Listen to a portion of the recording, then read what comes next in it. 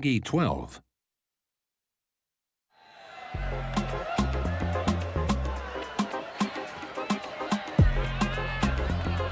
Come on, crank that beat!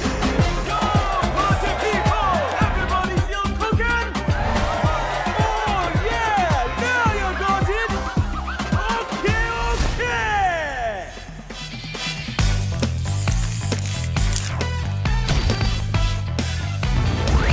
USA!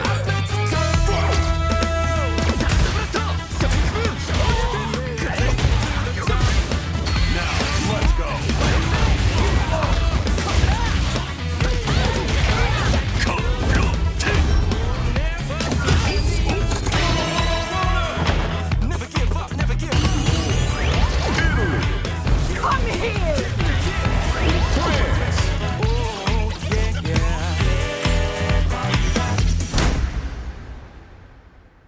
He was obsessed, you see, with finding an appropriate vessel for this power.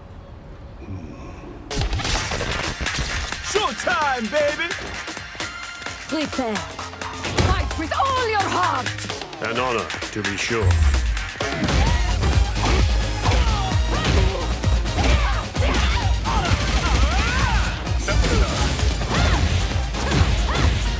Where are you going?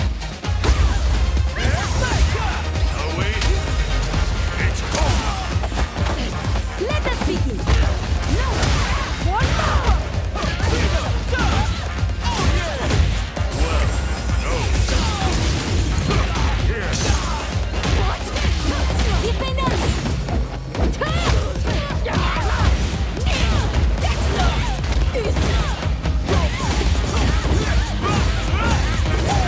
You cretin! Meaningless effort!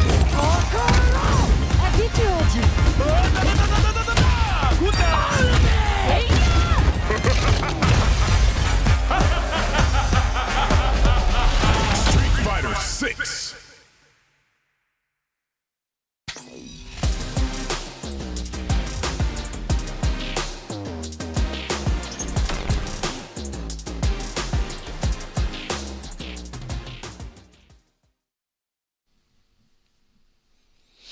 All right, everybody, and welcome back to another episode of Sets here on a Tuesday night, the Tuesday show. For Bison, it was just a Tuesday. But yes, we got more games, more players, and more news to discuss with you guys here in the stream channel. You can only find it here exclusively on twitch.tv/Capcom Fighters. I'm going to be your host once again for another episode tonight, Jammerz. And alongside me, outside of this lovely news that you guys saw not too long ago, last week, there was some crazy stuff happening at the Game Awards.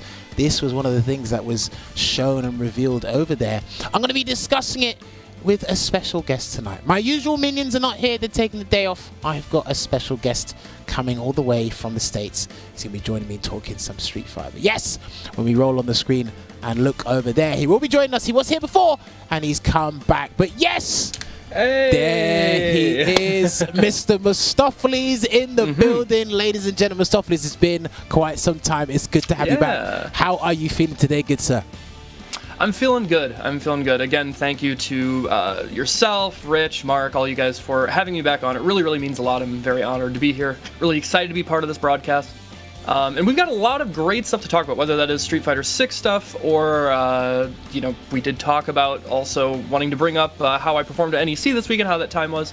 Then, of course, we have the battle between X-Finesse and Ultimate Weapon, a match that I've been wanting to watch in like a long format capacity for quite some time. These are kind of a couple of heavy hitters that haven't really like burst onto the scene up until like this year. Now, if you're from like this part of the States, you know about them, but like it seems like over the past year or two, they've really been making a name for themselves, really garnering a lot of traction online. I think we've got a great match ahead of us. We do indeed. But before we roll in and discuss a little bit more things about what Mr. Mostafles was alluding to, we have to give you guys the runner show to let you know how things go down here on the set show on Tuesday. So first, right now, we are covering SF news, all things SF related results-wise for the tournament, as well as the more Street Fighter 6 related news that was coming out or that has come out over the past couple of weeks. You need to keep an eye on all the socials because Capcom are drip feeding Street Fighter 6 stuff slowly and shortly. And then in about 10 to 12 minutes, we are going to get our guests tonight. They are in the green room. They are waiting. We're going to get our guests in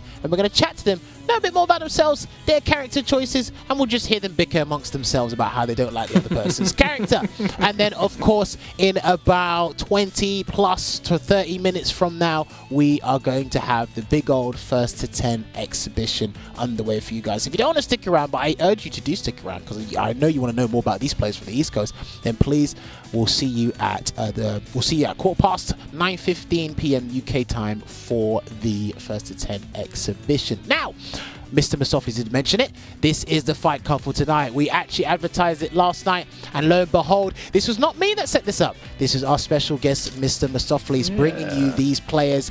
They are select on. They are some of the strongest in their region. They've been doing some damage, and they're going to be joining us tonight. Ladies and gentlemen, we will be having Ultimate Weapon in certain parts of the world. Some people misspelled his name and called him UltimateWPN. They've called him UltimateWPN, but he is going up against X-Finesse.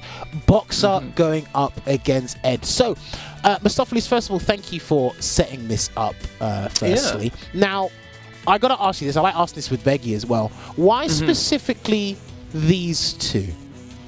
So, like I said, unless you're from this part of the country where you pay really close attention to, like, specifically online United States Street Fighter, because neither of these players travel that much. They've been able to do that a little bit more this year, but unless you pay really close attention, you might not have heard of these guys. In fact, earlier this year, we really saw Ultimate Weapon burst onto the scene with the latter parts of NLBC before it shut down, and then he's really been doing damage in the CLG Run It Thursday events as well. Basically, one of the only people to really contest regularly with IDOM, like really give him a run for his money. And you know, he got a lot of credit from IDOM. IDOM talked about him loud on the stream, you know, that he's like this sleeper guy that nobody knows about, right? And then on top of that too, X-Finesse, now again, if you're from this part of the country, you've been terrorized by his Ed for the past 4 years. It's a nightmare, it's no fun to run into. But again, he doesn't really travel that much to offline events for whatever reason. So unless you're in the know online Street Fighter, you don't really get to see these players. But if you talk to anybody who's like a high-level player that watches these two or runs into them, they will tell you they are two of the very best in the United States, not even just the East Coast, in the United States. I personally think, X-Finesse is top 3 Eds in the world, right behind Ajax Fidelity and Ending Walker. Ultimate Weapon, I definitely say top 5 Balrogs in the world, especially with a character that's kind of underrepresented at the moment for some reason. But nevertheless, incredibly strong. And to have this opportunity, like I'd mentioned, a long format set, where we're going to see a lot of adaptation. We're going to see both these players take it really seriously. This is their time to shine on the big stage. I really think this is going to prove something special. And on top of that, too, X-Finesse is like, if I can get into a little bit of the glitz and glam of like having a show like this, he is a noted Ed down player. He is like the king. I swear to you, if you see somebody on Twitter and they're like, oh my god, dude, I don't like, Flickr is so cheap, what do you do about, like, you can't do anything. I swear he has an app on his phone that tells him, he gets a push notification that somebody is saying Ed is too strong, and he is there in 15 seconds. I guarantee it. It doesn't matter who it is. Maybe they don't even speak English. He will translate it, and he will say, nope, you just gotta, you know how to punish it. It's not that bad. Damn. So I'm excited to see how this goes. So we got a live directed Ed down player here. Don't worry, you heard it here first. We're gonna get the answers out. We're gonna wring the answers out of him later on in the show. Give us a couple of minutes. But you know what? Talking about, you know, taking advantage of big opportunities and whatnot. I mean, you were at NEC this past weekend. Just fell short of a top 3, but overall, was it a good weekend for you, NEC? Yes, a really good weekend. I have to give a lot of shout outs to Biggie and his staff. Last year, they were the first event to give me my, like, kind of a big break opportunity at an offline event. I had been doing so much work for commentary online, you know, with Wednesday Night Fights and Salt Mine League. And then it came time for offline events to become a little more normal, and so I applied, and both at Summer Jam and NEC, they gave me chances. I got to do top 8 at both. Nice. And so I'm forever grateful and indebted to them, and I was like, you know, I want to go back. And so I went back this year. I got to commentate top 16, and then I was fortunate enough to make top 8 on loser's side. Actually, and I do have to say, I was very proud of myself. I started out the match against OG Yon and actually had to forfeit a game. because my controller disconnected mid-match. No And he was way. like, I hate, yeah, it was oh man, I was so mad. No But he was way. like, I don't want to be that guy, but I was He's like, you gonna know have what, man, to. I respect it. Yeah. I respect it. So I was pretty tilted, but kept my composure, won 6 games straight, and then made top 8. And in order to secure my 4th place spot, I did beat the guy who gate kept me out of top 8 last year. So that felt very good. Hey, okay, progress, and he's overcome Yes. the demons, and again, slowly but surely getting that top 3 plus, potentially going to be winning a tournament very soon. While commentating as well, keep an eye out for this dude, man. He's come up with some really cool tech with V Skill 2, V Trigger 2, Akuma there. But yes, you know, that was great to hear. We do have to swiftly move on though, because we did have some more tournament action over the weekend with CPT related stuff. So we do have an image here. It will show up very soon. It was regarding another World Warrior in the Salt Mine League. I believe it was for Western Europe, where we had MDZ Jimmy and Saint Cola come and commentate that. But it was Geeko from Italy who won the tournament, and he has qualified for the finals, taking the Queen, taking Cammy to the finals there. So we do have to congratulate Geeko for qualifying for the finals there. And shout out to all the other guys that are involved. Mr. Wolf, Akram, amazing Lucia, Snowboy as well, putting in the work. We had Garnet. That was a great top 8 to watch and witness, because you know what? There was strong representation there, and it is like, it was very difficult to pick a winner, because once Takamura left the equation, it was anybody's game. It was anybody's game, and Geeko definitely showed them all the day. There is the image right now. Oh, there you go. I missed out Maeve, Gambinera, and Jin as well. So this is what the top 8 looks like for the Europe West World Warrior. It is now concluded. No more events. Geeko will be taking the Cammy to the finals. He's got a lot of work to do from now until February there. So well played to him. Were you able to catch any of this over the weekend at all? Unfortunately, I was not. I was a little too busy. However, I did notice before the broadcast started, I looked it up. And surely enough, Geeko is actually the only Cammy player qualified for Capcom Cup. That is right. Now, again, you know, the character has received some, I don't want to say meaning, like, there's significant nerfs, but I don't think big enough for her to be, like, out of a top 10, 15 spot. But she has been nerfed in a way that matters. So for Geeko to still make that work, especially against some very, very strong talent, we've seen that that Western Europe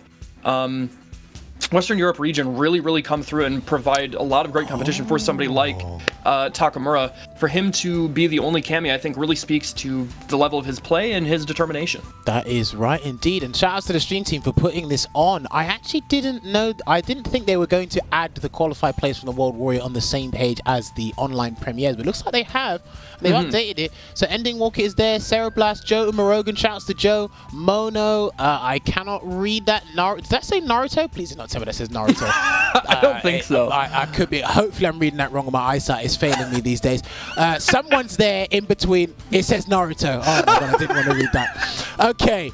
Shout out to Naruto RSA, as well as Oil King, and we have W Falcon, Geeko, RF from Australia, Uriel, Valorio, hopefully I pronounced that right, and Vega Patch. Congratulations to Vega Patch from the Spanish World Warrior for qualifying as well. I can't believe that says Naruto, to be honest with you. I'm still thinking about that, but these are all the players that are currently qualified for the CPT finals. Like we said before, it is going to be bigger than it ever has before, and there's a lot of World Warrior finals happening from now until the end of the month. So keep an eye out, because the respective streams and tournament organizers, they're putting out, the finals, the regional finals are happening. Keep an eye out for that. We will update you. Keep an eye on the Capcom Pro Tour website as well, because they'll update you as quickly and as swiftly as possible to make sure. But you know what? Things are coming thick and fast, and those places are filling up. I mean, Mostafles, how many more Lukes do you think we're going to get from now to the end of the month? You know, like, if I'm not even joking, I'm going to guess at least 2. At least 2. Okay. There are a bunch already qualified, but you know what? As we've seen, he is the poster boy for Street Fighter 6, so the marketing team has done their job. You got to have one eye closed, remember.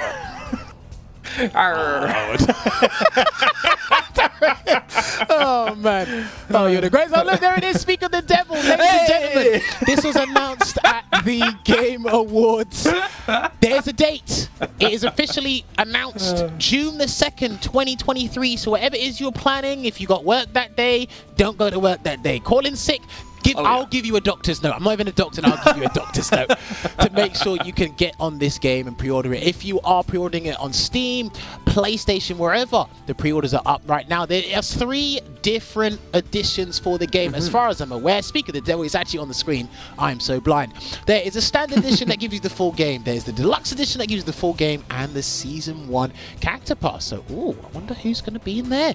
And then, of course, there is the Ultimate Edition, full game, and the Year 1 Ultimate Pass. I actually do not know if they have divulged any details as to what is in that Ultimate Pass. I do not know.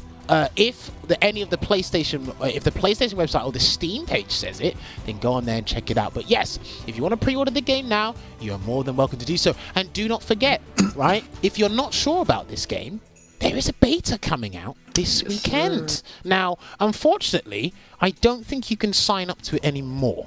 However, if you did sign up, they will be handing out codes within the next day, 2 days. I think that's how it works. I think it's the next few days. Yeah. I've got the community manager in my ear. He's telling me this as I'm talking to you. So, but yes, all you got to do is be patient. Do not cry like some of you did in the first one. I know who cried. Do not worry about that. But we're going to have there's going to be much more spaces than there was before. So people are going to be access the closed beta, and people are going to be able to witness what the people did in the first beta back in October. From December 16th to December 19th. Again, if you need a doctor's note, I can give you a doctor's note. I'm not a doctor, but I can write something down. Give you an excuse. But yes, it's going to be on all platforms. So Steam, PlayStation 5, Xbox Series S and S, and of course Steam. I lied. It's not on all platforms. It's not on PlayStation 4. Sorry. If you're not on if you're on the previous gen, you cannot partake in this. You can go on a Discord stream though, or you can hit twitch.tv. So you can find a way to watch it, but you can't partake in it. You can create your own avatar and do whatnot. Mostafles, were you in the last beta? So it was actually kind of a weird situation. I did not make it in, but I was actually in Puerto Rico for First Attack that weekend. Well, Crimson won, yes. But like the thing was, since it was like at essentially a convention, they had setups there. But in my head, I was like, I'd play like 2 matches and then have to give up a spot to somebody else, play 2 matches, So I was like, I'll just wait till the next beta, and sure enough, there is another one. I did want to mention, though, that something they talked about, if you were not lucky enough to get into the first beta, they did specifically mention that they were going to make an effort to have more open slots than before. So hopefully, again, fingers crossed, guys, you can get in, but feel a little more optimistic, I think. Hopefully, they're going to try and get more people in. 100%. And again, this is happening this weekend. We're going to advertise it again near the end of the show there as well. Now, speak of the devil, because we have to, before the end of the show, I have to talk to our lovely guests. They are in the waiting room, and I want to make sure that we have a discussion with these guys, because I want to know more about them and why this man has picked him. I want to know about this said down player here. So, if we do have Ultimate Weapon and Finesse here, if they can unmute their mic so we can get talking to them and get this interview phase underway, because I'd love to know more about these guys and learn more about their character choices as well. So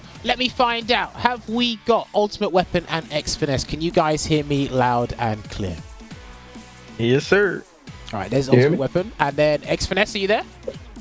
Yeah, do you hear me? There you go, perfect. All right, gentlemen, thank you so much for taking time out of your day to join us on the show today. It's good to have you here. It's good to watch you guys, just knock each other out in the first to 10 in a few moments' time. But yeah, in this first part of the show, this is where we basically ask you questions and I get to know more about yourselves, because Mr. Mostafles knows a whole lot more about you guys than I do. So this is my chance to learn more about you guys and understand why you play certain characters, or said characters, I should say. So the first thing I want to ask is about your names. So Ultimate Weapon, talk to me. Where does the name Ultimate Weapon come from? Well, originally I wanted Ultimate Weapon from Final Fantasy. Okay, yeah, okay, all right. But I guess somebody else had that name, but they didn't have Ultimate Weapon, so I just chose Ultimate Weapon. Okay. No, you know what? I'm a huge Final Fantasy fan, so I like that. I like that indeed. Okay, right. And I'm gonna ask a very controversial question before you finish that. Yeah, what's your favorite Final Fantasy? Oof. Oh yeah, oof. Yeah. Oof. I mean, seven for me, but if I had he's thinking about it. a hard second is Tactics. I love Final Fantasy Tactics. Okay. No. Okay. Jason, say that with your chest. Stand by that point. But stand by that point. But yeah, sorry. What did you want to say before I interrupt you? I'm so sorry. I don't even remember anymore. Oh, no, okay, no, that's completely fine. But no, do you know what? I like that because I wouldn't expect Ultimate Weapon to come from that. That seems like something else. Obviously, we were talking before with the show actually started. I was looking at Ultimate Weapon on YouTube and someone called him Ultimate VPN. Has anyone called you that by accident, Ultimate VPN, or was that the first time you heard it today? I've heard it every once in a while. But it really doesn't bother me. I don't really care. No, okay, fair play. I'm all down for that. X-Finesse, what about your name? Where does that come from? I made this name in on the PS2 days back when I was playing SOCOM. Oh, so that was like throwback. About 16, 17 years ago. I've been stuck with it since. You've been stuck with it, or you wanted to keep this name? No, I'm stuck with it. I'm not gonna change it. Okay, I mean, because I look at that name, it's like, yeah, he's about to finesse some people. Like, right.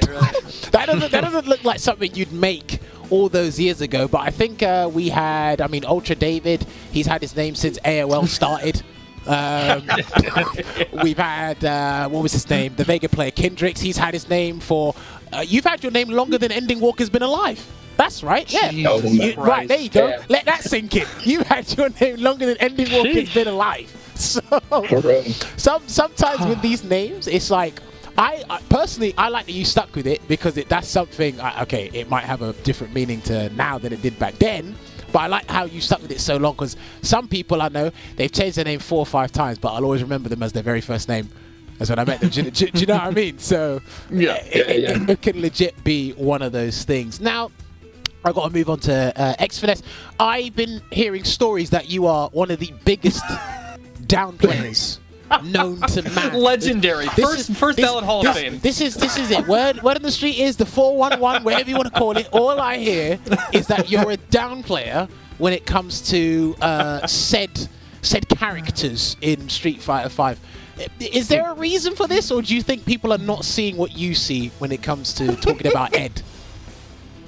I never downplayed the character. I'm only saying if the flicker is punishable, they say it's not punishable, so that's it. That's pretty good. The flicker. Wait. The flicker is punishable on block, or is whiff punishable? No, whiff. Okay. Ultimate Weapon, you wanted to say something. You didn't sound too pleased there. Yeah, he was ready. No, he corrected himself. You know. He's not gonna let it slide. Yeah. I mean, sorry. Did you want to say something for this? No, I was gonna say the character's fine. I got him right outside of like 10. Okay, you're gonna have to convince me. It takes a lot to convince me. What do you think is fine about Ed? What is fine? I mean, I don't know. I really don't know. He's just a good character. That's it. Wait, hold on. You said he's fine, and you don't know why he's fine. Nope. Putting him on the spot. He knows the setup. That's why he don't want to say anything. He knows you're trying to set him up. I'm asking a question. I'm not doing anything. And he struggles against characters that have long normals, and there's a lot of characters like that. Okay, let me ask you this, because Ending Walker says Falk is Ed's worst matchup. Do you agree with that, or do you think it's somebody else? Oh yeah, that's terrible. That's bad. All right, in your opinion, why do you think it's terrible? You can't get in. You can't get in. You can't jump. You can't do nothing. You can't flicker back now? Nope. She just stuffs you with her crouching medium punch. I said this to Ending Walker last week. I think the irony behind a simple input character beating the other one is actually kind of funny. Yeah, right. I think it's kind of funny, to be fair, the fact that he's struggling against one of those. But overall, you are saying Ed is fine. Is there, outside of Falk, what other matchups do you personally struggle with? Because there's matchups he struggles with, but who do you struggle with personally? I would say Sagat. Okay. Vega's one. Oh. Sim is pretty bad. It's like 6'4". And then you got Poison. Poison's like 5.5 poison. I mean, it's doable, but if she plays lame and keeps you out, it's a struggle. Oh, okay. You've basically said the same things Ending Walker did last week. I wanted to see if there was something different, but you know, I was very interested when Ending Walker mentioned Sagat. That was one I was not expecting. Vega, yes, I can partially see that, but Falk was the one where they said that you couldn't really beat that. Beat that character, sorry. But I mean, have you played Arturo in the Ed Falk matchup? Or are you always bumping into his Dalsim more than his Falk these days? Yeah, I always run into the sim. I've never played as Falk. Wow. Okay, fair. But obviously, just by playing the character, because I imagine you've got over like 50, 60,000 matches. You're like you're Warlord, correct? Are you Warlord, right? Yeah. So I think I got like 25,000. Jeez. That's even better. But again, you've been around the block to know which characters cause you problems and which don't. So the fact that there's a consensus, especially with Falk and Sagat, is very interesting to me. So I'm definitely gonna make note of that. Right, I've got to ask one question to Ultimate Weapon before I hand it over to you, Mostafles, for some questions. Ultimate Weapon, you are representing a character that has kind of been slept on for a little while. What made you stick with Balrog? Is this someone you've been playing since he came out in Season 1, or is this a character you picked up recently? When I played Street Fighter V, I only played Balrog. I've tried Lucia, Akira, but I play them like casually, but nothing like serious. But it's always been Balrog ever since Street Fighter 4. Okay. Oh, so you Street Fighter V isn't your first fighting game? You've been playing from SF4? No, casually. I've been playing Street Fighter 4. I played Balrog and Abel. Oh, I wouldn't. Yeah. Do you know what? Abel makes more sense with a name like yours, to be honest. Abel makes a little bit more sense to me with a name like yours. If I saw your name in the bracket and saw Abel, I said, yeah, that makes perfect sense. Ultimate Weapon doing step kick. That'd be fantastic. But Oh yeah, it was fun.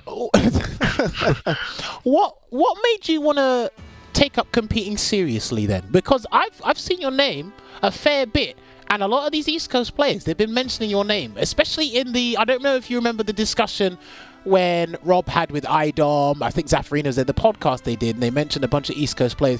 Your name was bigged up by two of the players a lot, and I think that was probably the second time I heard you. So what made you want to be more competitive in fighting games? I just wanted to see like where I can go. Like this is the quote unquote final year of Street Fighter V, and I told myself like late March, early April, like just try to go all out these last couple of months and see what happens. Wow. So that's what I did. How about that? You know, a little bit self-motivation there. You're being your own cheerleader. Trust me, if you're not your own cheerleader, no one else is going to be it. I can assure you of that. But no, that's actually a really good story there. But even before this year, I played, but I never played like super sweaty. I always played like casually. Like a lot of my friends in real life, they play this game, and I only played it because they played it, you know. So sorry to cut you off there, because this is just an impromptu question off the top of my head. How do you play casually if you know what you're doing? Because for me, well, like, okay. When I say I play casually, I used to play Halo very competitive. Shouts to Halo. Like before this year, like that was my like game that I played all the time, and Street Fighter was just like I play like once a week. Oh, there's a local tournament coming up. Okay, I'll just okay, I see what you mean. Go because my friends are going and just playing it. That's what I mean. Okay. No, do you know what? It's fine because some people say I used to play casually. And it's like, yeah, but Ultimate Weapon, you look like you know what you're doing. It's like that doesn't look casual to me. But yeah, I mean, I know like what's going on. Like even before I started like going 100%, but no, I just never really put in the time until this year. Fair play. Mostafles, you got any questions you want to ask the guys? Well, I'd have to admit, Jammerz, you took a lot of the ones that I had in mind, but I can think of some. You're pretty good at your job. Xfinesse, I have to ask, how do you, like, we've talked about, like, I kind of set you up, but we've talked about the downplay of Ed, and really, truth be told, like, the one thing you are always ready to defend is, like, Flicker being, like, punishable, right? Although it might seem otherwise, and there are obviously players rather that would argue that you're not being entirely honest. Like if you had to choose between the EX Knuckle extension that they gave it, good choice, or having a like more further extended hurt box, which would you pick? Like for making that move more manageable in neutral, which do you think is more fair and wouldn't like completely butcher the move? I mean, I guess you could add a hurt box to it. Yeah. I don't want to get rid of the knuckle. Of course Yeah. you don't. That's too much. pretty That's good. too much power for you lot. Of course you don't. You lot didn't ask for it. You're like, oh yeah, this is great. Yeah. That was just one of those Okay, changes. I mean, that wait was on. literally just one of those changes where it's like, you know what, didn't ask for it, but it's damn pretty good. I played Shine yesterday in a long sets, and he punished every single whiff flicker. So I don't want to hear it. Wait, all right. What did he To be punish fair, it? though- What did he punish it with? Sorry, what did he punish it with? A Cody stand medium punch. And he cancelled it. Yeah, he cancelled it. Yeah, he answered the rant bingo.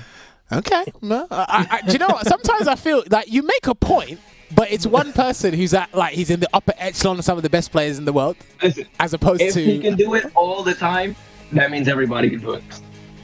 Okay, I cannot. First of all, I cannot knock that philosophy because if one person can punish it, surely everybody else can do something. Yeah. Surely, I get that, but I definitely feel you see this move a lot differently to the rest of the world. So the other question I had was among like the 3 top eds in the world, being yourself, Ending Walker, and Ajax. I think we'll take Ending Walker out of the equation. I think he's kind of like without a doubt the best ed player. I think he's proven that at this point. And I don't even think you or Ajax would disagree. Would you say there is like? Is there one of those players that you adopt more of their playstyle of? Like, you think they're strong enough that you like focus more of your gameplay around them? Nah. You're I've your been own playing- player. Yeah, I've been playing Ed since season 2.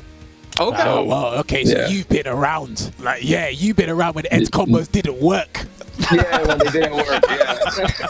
No wonder he's downplaying at this point. He's like, you guys don't even know what it used to be like. Listen, he used to do, for those of you who don't know, right, in season 2, because, so Ed, what combo was it? He used to do stand medium punch, crouch medium, and I think 8 times out of 10, the cycle upper would, like, miss. Yeah. It would just It would miss. miss. And it was like, wow. I said, my guy can't even do a straight B&B. That's how bad it was. That's crazy. Take me back. Take me back to those days, please. All right, do you know what, Express? Nah, let me ask you this, right? If you could choose between EX Psycho Knuckle or the V-Trigger 2 guard break, which one would you pick? I'd pick the Psycho Knuckle. Damn, everyone wants the Psycho Knuckle. Okay, fair. Because Yeah. I'm like, what are the Yeah, you bit could, too good? Oh, God. You can sort of still like V-reversal the V-trigger too. Just gotta do it before it hits you. Like you can see him doing it and just V-reversal right there. Yeah, I mean, sometimes, like, again, you'll present the answers. Don't get me wrong. The part you're not doing wrong is presenting the answers. The answers are there. It's how often are people ready for them, not thinking about the other things you're piling All on right, them. mental stack. Yeah, listen, I spoke to Ending Walker about this as well, and it's like, yeah, there's a ton of things that you got to pay attention to. All right, there are some characters who have a much easier time dealing with Ed than others, but then most of the characters, I think Ed's got a pretty damn good tool set to kind of pretty much most things in the game now, if I'm not mistaken. So when I don't know, I can't help but chuckle when you say everything's fine, and it's like, no, it is. I'm saying he's a solid character. He's solid. No, that's Solid. That's good. No, I like that. Solid is a nice choice of words. Ultimate Weapon, going back to you, I remember you tweeted, I think it was not too long ago, you said that V-Trigger 2 with Barrel got high level doesn't quite cut it for you. You seem to be missing out on damage, or it's too much of a risk. Is V-Trigger 1 just more suited for this final season of Street Fighter 5, or do you still think V-Trigger 2 is useful against certain players? I feel like V-Trigger 2 is useful in, like, maybe, I don't even know, like 1 or 2 matchups, but I play it because it's fun. I love, like, that extra layer of offense. But recently I've been thinking, like, at a high level, it's like, it's too risky. Sure. Because Balrog doesn't have, like, good defense. He doesn't have a DP. I don't know. V-Trigger 1 is so strong, still strong. And it does a lot of things. It can push me out the corner. It can create mix-ups, safe dash punches, you know? And I don't know. I just feel like just thinking about it and playing a lot against high-level players, it's just not worth it to me. No, and you know what? That's great Yeah. because again, the more you play, the more realizations you have, and again, I will never knock that V trigger because it does 350 stun. You can land 700 stun in about 5 seconds. That is a good V trigger to me. However, like you said, it does come with some risks, and because the guy can't really defend himself, and he's already going to be in V trigger when that command grab misses. I can understand why you wouldn't want to rely on that too often, and it from what it sounds like, there's more solidity and consistency with V-Trigger 1, especially against the competition, especially you guys are going up against. It seems more reliable in that sense. It's like, right, I can still have this utility in neutral while also, you know, still having that high damage output. It doesn't necessarily need to be the command grab. I can still inflict 350 damage just a different way, if that makes sense. Right, exactly. And it does give them like more V reversals too. If you pick V-Trigger or one, you know? Yeah, that's true. That is true. Another question I want to ask before I hand one over to Mostafles is, do barrel players use V-Skill too much anymore? I think that was like, all of a sudden, that was the greatest thing on earth, and then it just disappeared. What happened to it? I don't know what somebody did to somebody at Capcom, but they erased that thing, man. I don't know why. Gara showed it was broken. I mean, it was good, but man, they completely decimated that thing. I feel like only thing they should have done was give it more recovery because it was so free to store it. I would actually agree. I think that would have been like a reasonable nerf to still keep it viable. Well, I mean, to me, when I see if something's not being used, it's viable to me. That's great. If Barrel's not using that V-Skill, it means I can play the game. No, I was just wondering because, again, all of a sudden it went from one of the best V-Skills in the game to just being null and void. You just don't see it anymore. Yeah, they reduced or they increased the recovery, made it -2 on block, and I have to charge now. Well, I mean... I actually didn't know that they changed that part about it, that you have to charge. Man, that's crazy. Unless you make contact with the normal, you can cancel right into it. You have to charge it now because that was way too free when he like even if for sure, even if they like gave it more recovery and made it without charge, like just let me get the plus frames. If I'm going to charge and store it and I get it off, give me the plus frames. Like I'll take that. Okay, that's reasonable. Okay, so let me ask you this then: do you feel Balrog's V system is limited to what it once was? Because from what you said, it's like V-Trigger 2 isn't cutting it. V-Skill 2 just I don't feel I can use this in a lot of these matchups. Do you feel limited into just using V-Trigger 1, V-Skill 1 these days? Yeah. I feel like they wanted the character to like be played as like a risky character, which is, you know, understandable, but that's not like my play style, if that makes any sense. Yeah, okay. Like I'm a very safe, you know, defensive style in my opinion, but I don't know. Come play Poison with me. She's fine. You can do that.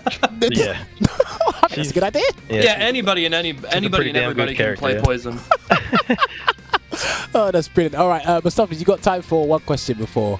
Yeah, so my question is actually harkening back to what you mentioned about you used to be a very competitive Halo player. I don't know if you still keep up with the game. Probably not as much considering how not as much fully invested you are in Street Fighter, and for right reason. You know, you're one of the best players in the country, probably top 5 Balrog player in the world. But my question actually is, transitioning from being so competitive and taking that game very seriously over to fighting games, did you find that there was a particular skill set that you took from playing Halo at that level that made it easier to get to that level in Street Fighter 5 or fighting games in general? Honestly, I don't know. I'm just a gamer. Okay. I'm just competitive. Like whatever I play, I just try. You want to get better at it. I know. Yeah. You just gotta know, and you're like you just gotta have that mindset of you will lose games. Like you will get destroyed. You just gotta keep practicing and grind. You know, the determination, maybe that's what it was. Yeah. Okay. I honestly, as somebody who's also like hyper competitive, I can really respect that. Like, you know, the type of person that's like, you know, you play a first to 10 with somebody and they're like, all right, man, I gotta go. And like, no, one more, dude, one more. We're not done. One more. I get it. Yeah, that's a great mindset to have. Just letting people like, look, you will lose. It will take a while to transition, and just getting in that right mindset, just understanding, having that intuition for competitive gameplay. Now that's a pretty good advice there. I like that. Right, we've got time for one more question before we have to go to break. I love asking this question. I'll get X Finesse's opinion on it first because he seems to be ready to surprise me. X Finesse, who do you think is the best character in Street Fighter 5 is right now? Luke. Wow, he did. Okay, cool. I like that. No hesitation. I like that. No hesitation. You just said Luke. That's great. All right. Ultimate Weapon, are you going to surprise me? Who do you think the best character is in Street Fighter 5 is right now? Unfortunately, is Luke. No, unfortunately. No, don't say unfortunately. Listen, I'll tell. No surprises here. I'll give you guys something to think about when we're on the break, right? I like asking this question because I've heard Chun-Li, I've heard Zeku. Obviously, it mixes between Luke. Zeku. Well, yeah, there you go. Wait till you hear this one, right? We've heard, obviously, it mixes between Luke, Dhalsim, and Poison. And once upon a time, somebody told me G was the best character in the game. See, look, he laughed. Yeah, See, I don't know what to say about that. No comment. Well, there you go. No comment indeed. But what I can comment on is that we are going to take a short break. And when we come back, I'm going to get X Finesse and Ultimate Weapon in the lobby. And we're going to get this first to 10 underway. See you guys in a couple of minutes. 勝負よ。負けても泣くなよ。ショータイム。お相手します。逃がさねえよ。手加減は期待しないでくれ。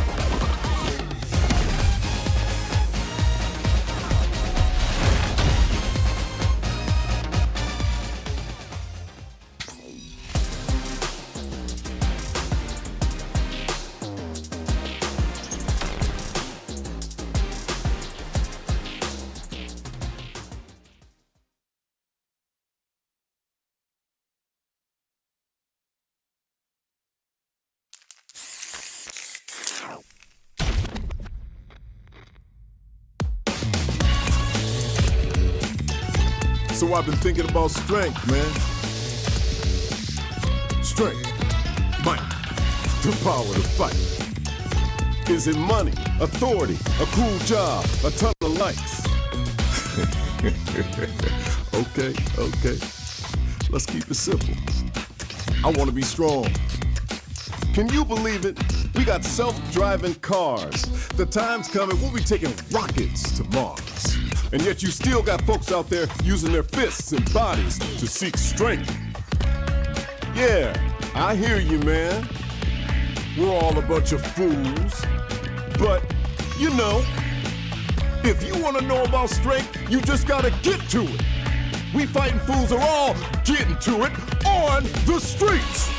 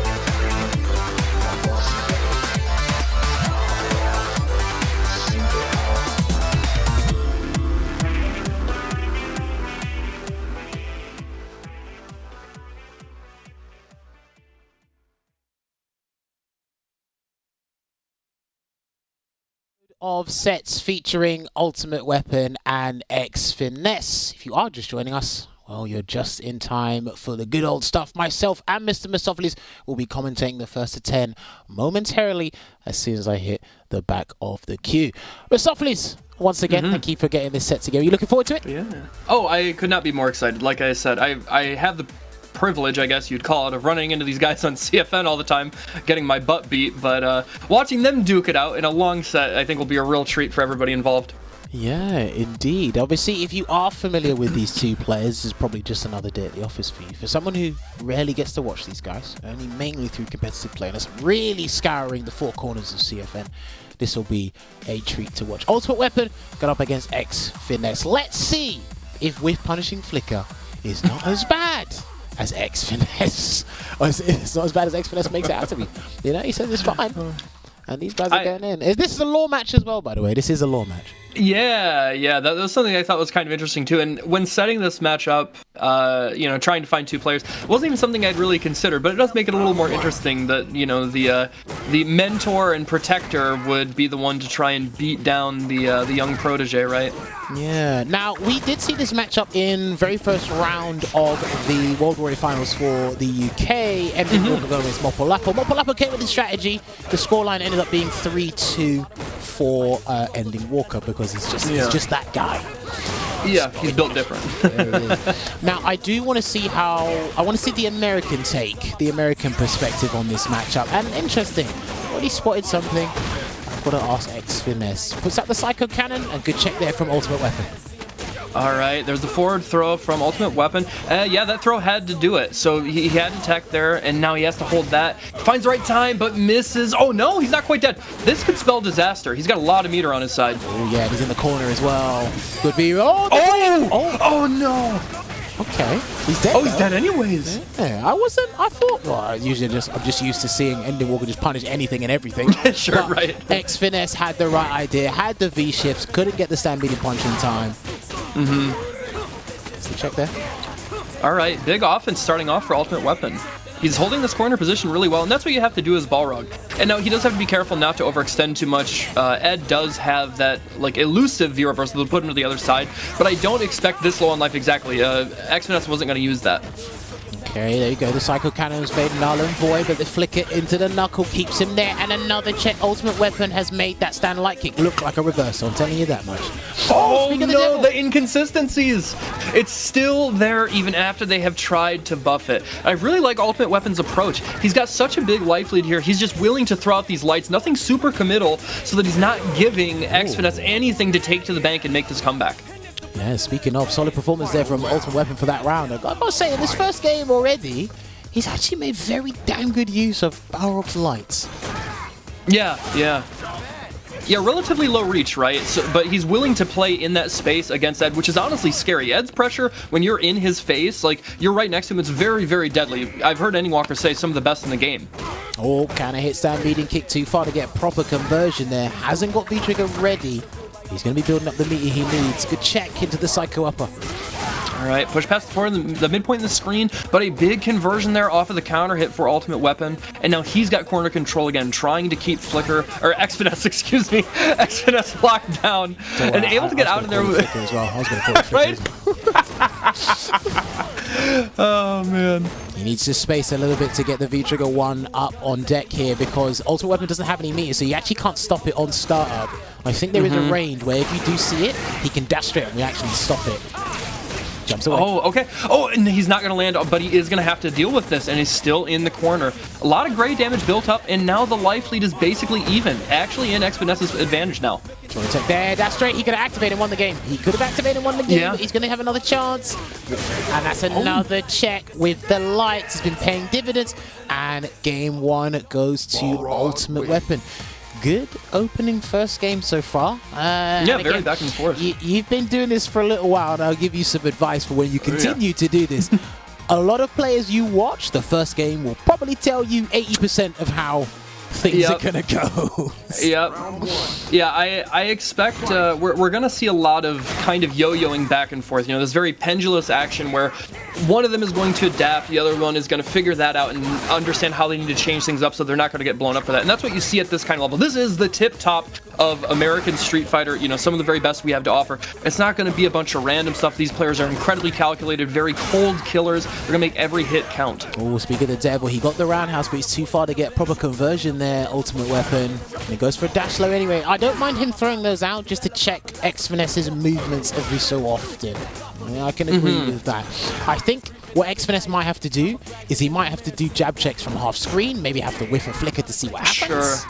Sure. Yeah, you know, I was gonna make a joke.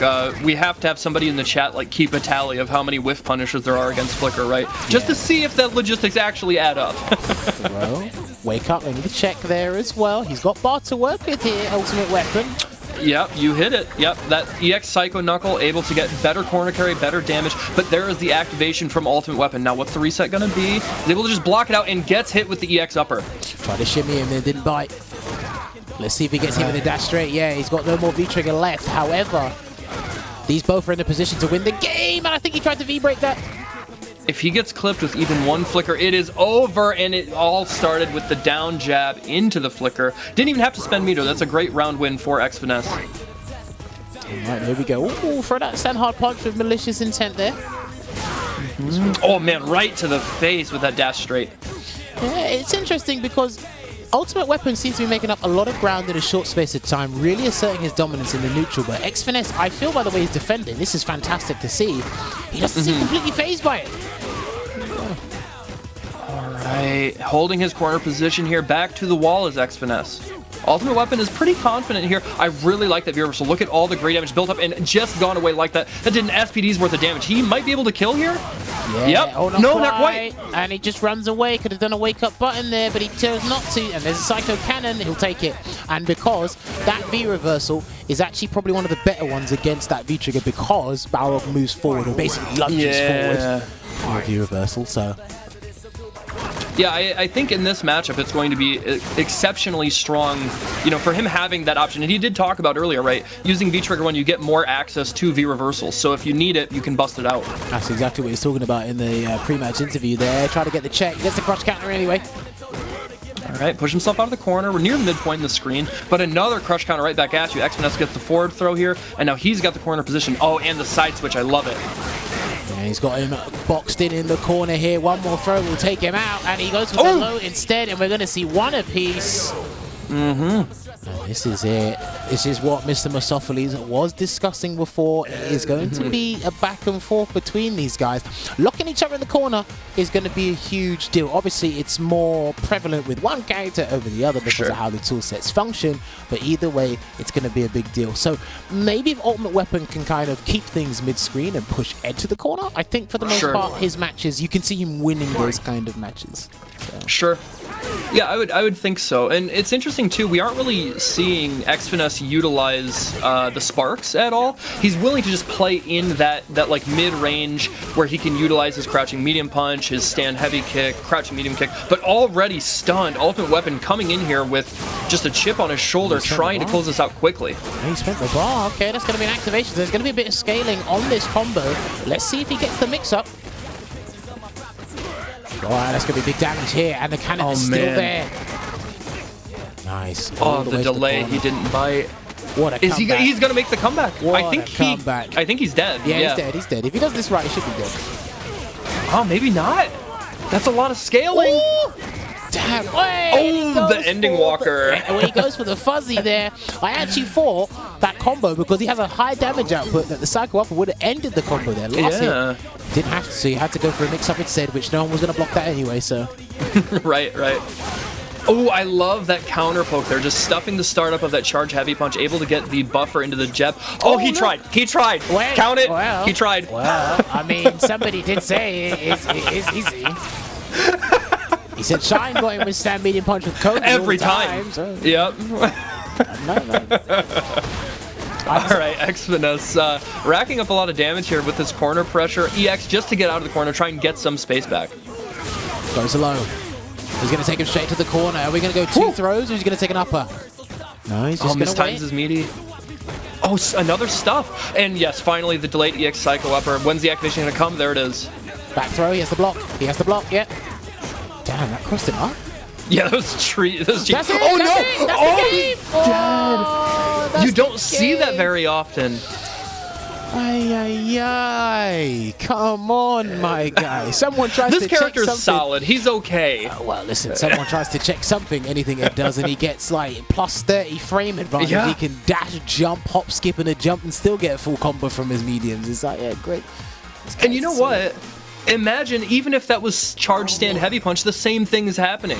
If he trades, he's getting crumpled, you're getting a dash up combo. He's got two options like that. Such a strong tool for that character. Well, it's 2-1 to X Finesse at the moment. Ultimate Weapon again, still staying in this dogfight. Nothing really separating the two by a huge margin. Sure, yeah. But again, Ultimate Weapon seems to have a very good grasp of what he wants to do. He doesn't look like bewildered by a lot of things. There you go, nice check. Yeah, I would agree. He's not jumping much. He's not overextending very often. And he touched on that, right? He said that he's a really, calculated, composed player. He doesn't like to play risky, you know. And we're seeing that a lot in this matchup. But he is having a hard time dealing with that flicker.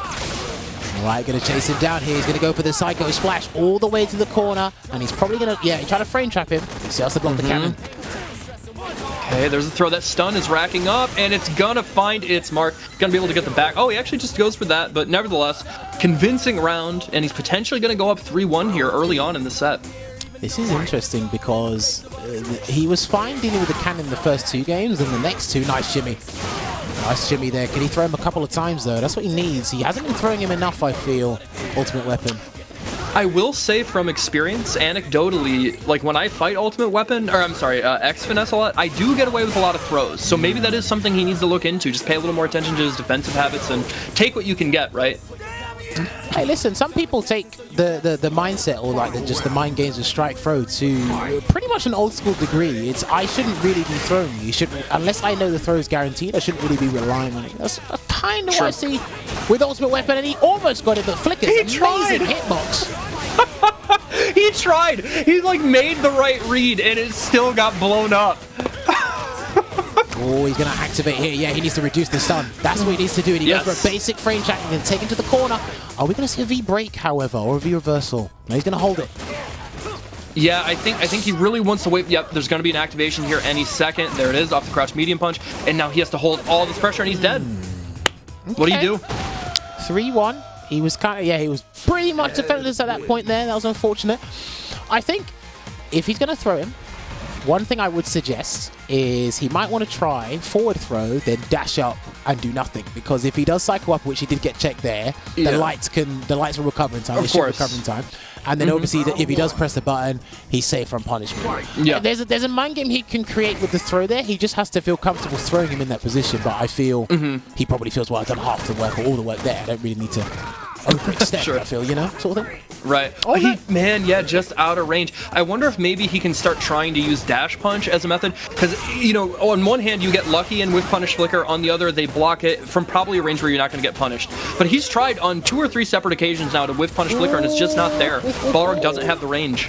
Alright, there we go, trying to shimmy him again. Okay, he's going to that well one too many times. This is where strike throw, you really got to mix it up here. And he tried to, but the Psycho Upper gets there in time. What's the mix-up going to be this time? He's just he takes the throw. He's just eating him. And I love that, dashing into it to make him keep dealing with that pressure. And he still gets a free jump in, coast to coast. Not quite landing its mark there, and there the jab ends it. Yeah, this is looking rough, because the moment that giant orb comes out, he is just so perplexed, and he's just sitting there, and he feels taking the throws is the best option. Sure, yeah. Trying to go for a crush counter there, no such luck, delaying a button, but now we're at the midpoint in the screen. He didn't convert off of that down medium punch combo. There's the oh man, he's getting caught with that a lot. Right, pressure being applied, just firming it, but he tries to button at the wrong time there, so he finds himself in the corner, and he might have to dash wait. Yeah, dash straight his way out. Oh man, and that V shift was very costly. That means he's not going to build V trigger until very late in the round. This is not looking good, Mostafles. Oh, he actually gets himself out of the corner, but is it going to be enough? He has V-Trigger. Okay, there's the activation off the sweep. Now, how can he make this count, Jammerz? He just has to wait. That's it. Oh, okay, he's going to dash in and get that throw. He's going to wait until he builds a bar. Keep that string tight. Right, can he catch the cannon? I wonder. Oh, that was it! Oh, no, yeah, that could have been buffered to make it safe at least. There He stole it. Yeah, well, I mean, I've seen brothers be more successful at the bank, but Sure. that was all right. He had him in the corner. Yeah. It wasn't like very explosive, but he got the round. He got the Sure. round. All right, nice punish. Yeah, ending it there with the V-skill target combo. Oh, another EX, build more V-gauge, and now he's in this pretty advantageous spot. He's got him down nearly 50% in life, but the charge heavy punch lets him get out of dodge. Oh, good check. That's what I was saying about before. He might need to throw out these buttons and just buffer the flicker behind him just to stop these arbitrary dash straights because they take up a little too much ground. Sure, yeah. All right, there's a forward throw, and he does have V-Trigger ready. Now, he's probably not going to use it unless it's on a guaranteed hit. You know, won't get much mileage out of it in the corner. He's trying to run away. He's panicking now, but if he gets even an inkling of space, that cannon's coming out. Good back throw. Yeah, that's it. Oh, that's it. Oh, He's dead. no. That was unfortunate. He had the right idea. It's just unfortunately, I'm not sure if he's familiar with that situation or he forgot. But yeah, that's kind of what I was thinking before. Maybe if he's a little bit closer, it's like when you see the cannon, dash straight immediately. But clearly, not from that situation. That looks like it doesn't work. But he might have to be a little bit closer there. But at least he knows now that it doesn't work. So, you know, I have to wonder what kind of labbing Ultimate Weapon has done for this set. I'm sure he took this match coming up seriously, you know, being on sets featured in this long exhibition, but I have to wonder if he's done specific labbing against V-Trigger 1 because, like we've talked about, he hasn't had an answer time and time again. Do you know what? Some characters, like, he's got projectile invincible answers, but it's for like single hits. It's not really It's not really for that. I think he's probably learning on the fly, or he's trying to take advantage of please throw me so I can tech, or let me jump out at this weird time so I can avoid it. Because Baron doesn't really like do well against slow moving projectiles like that. I think. Yeah, that's me personally though.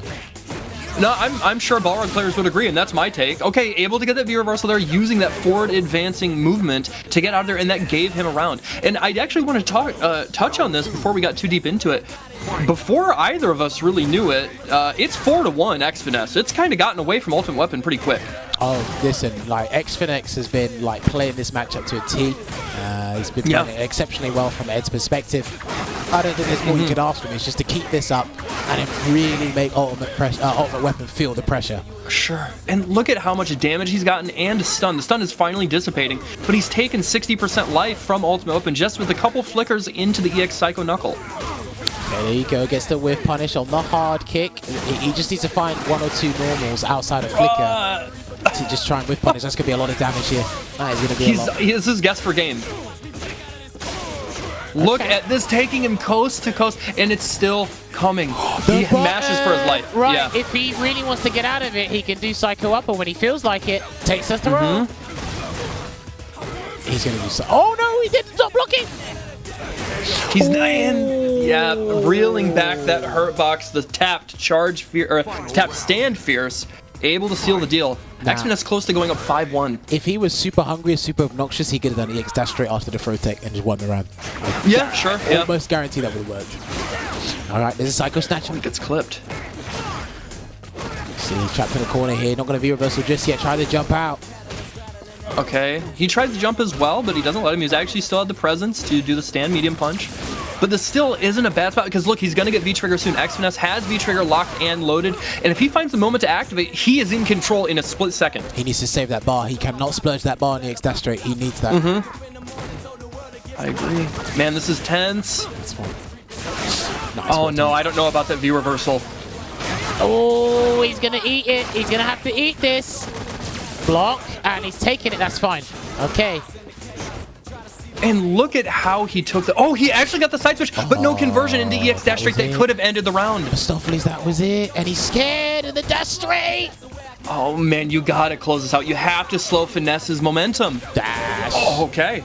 Okay, listen, whether hook or by crook, he was able to get it and end that 4-win streak. Now it's 4-2. again, it looking a little bit shaky. He has these moments, right? But it's either he hasn't got enough charge, or he just wasn't charging at all. Because he didn't get the counter hit, crouching medium punch. He got the jab, just no special comes out there. Yeah. And again, there will be times, and you got to give credit to Finesse for having discipline. There will be times where, you know, look, the Balrog player is just going to throw everything in the kitchen sink at you with dash straights and dash throws. They're going to do it. They will do it. Right? Yep. And having that patience to be able to overcome that and still try and find the victory in that round. Nothing short of amazing.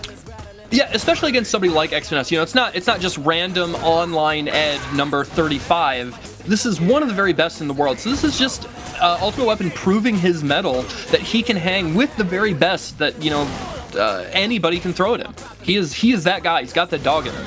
And there we go. Gets hit with the Psycho Knuckle, and he's going to be put in the corner. Full combo here. A couple of grabs will do it if he wants to. God. Okay.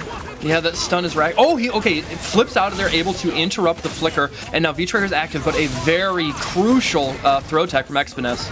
Okay, yeah. I like that he likes to do the jab, then test if he's delayed teching with the roundhouse there. Make it safe regardless. Makes it safe. Right, and if he gets clipped by a flicker, he's dead. That AX Psycho Knuckle is just waiting to be activated. But this is what gets interesting, right? Because if he knows jab flicker will kill him, a backdash into like a dash straight will be perfect here. It'd be so perfect if he just understood the range. That's it. That's it. Wow. Yes, that is so much damage. My goodness.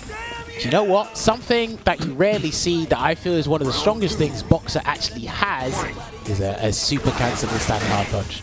I agree. And yeah, you don't see it that lot. I think really the only you don't really see it from Smug if he's using Balrog, but you do see it a lot from Pugera.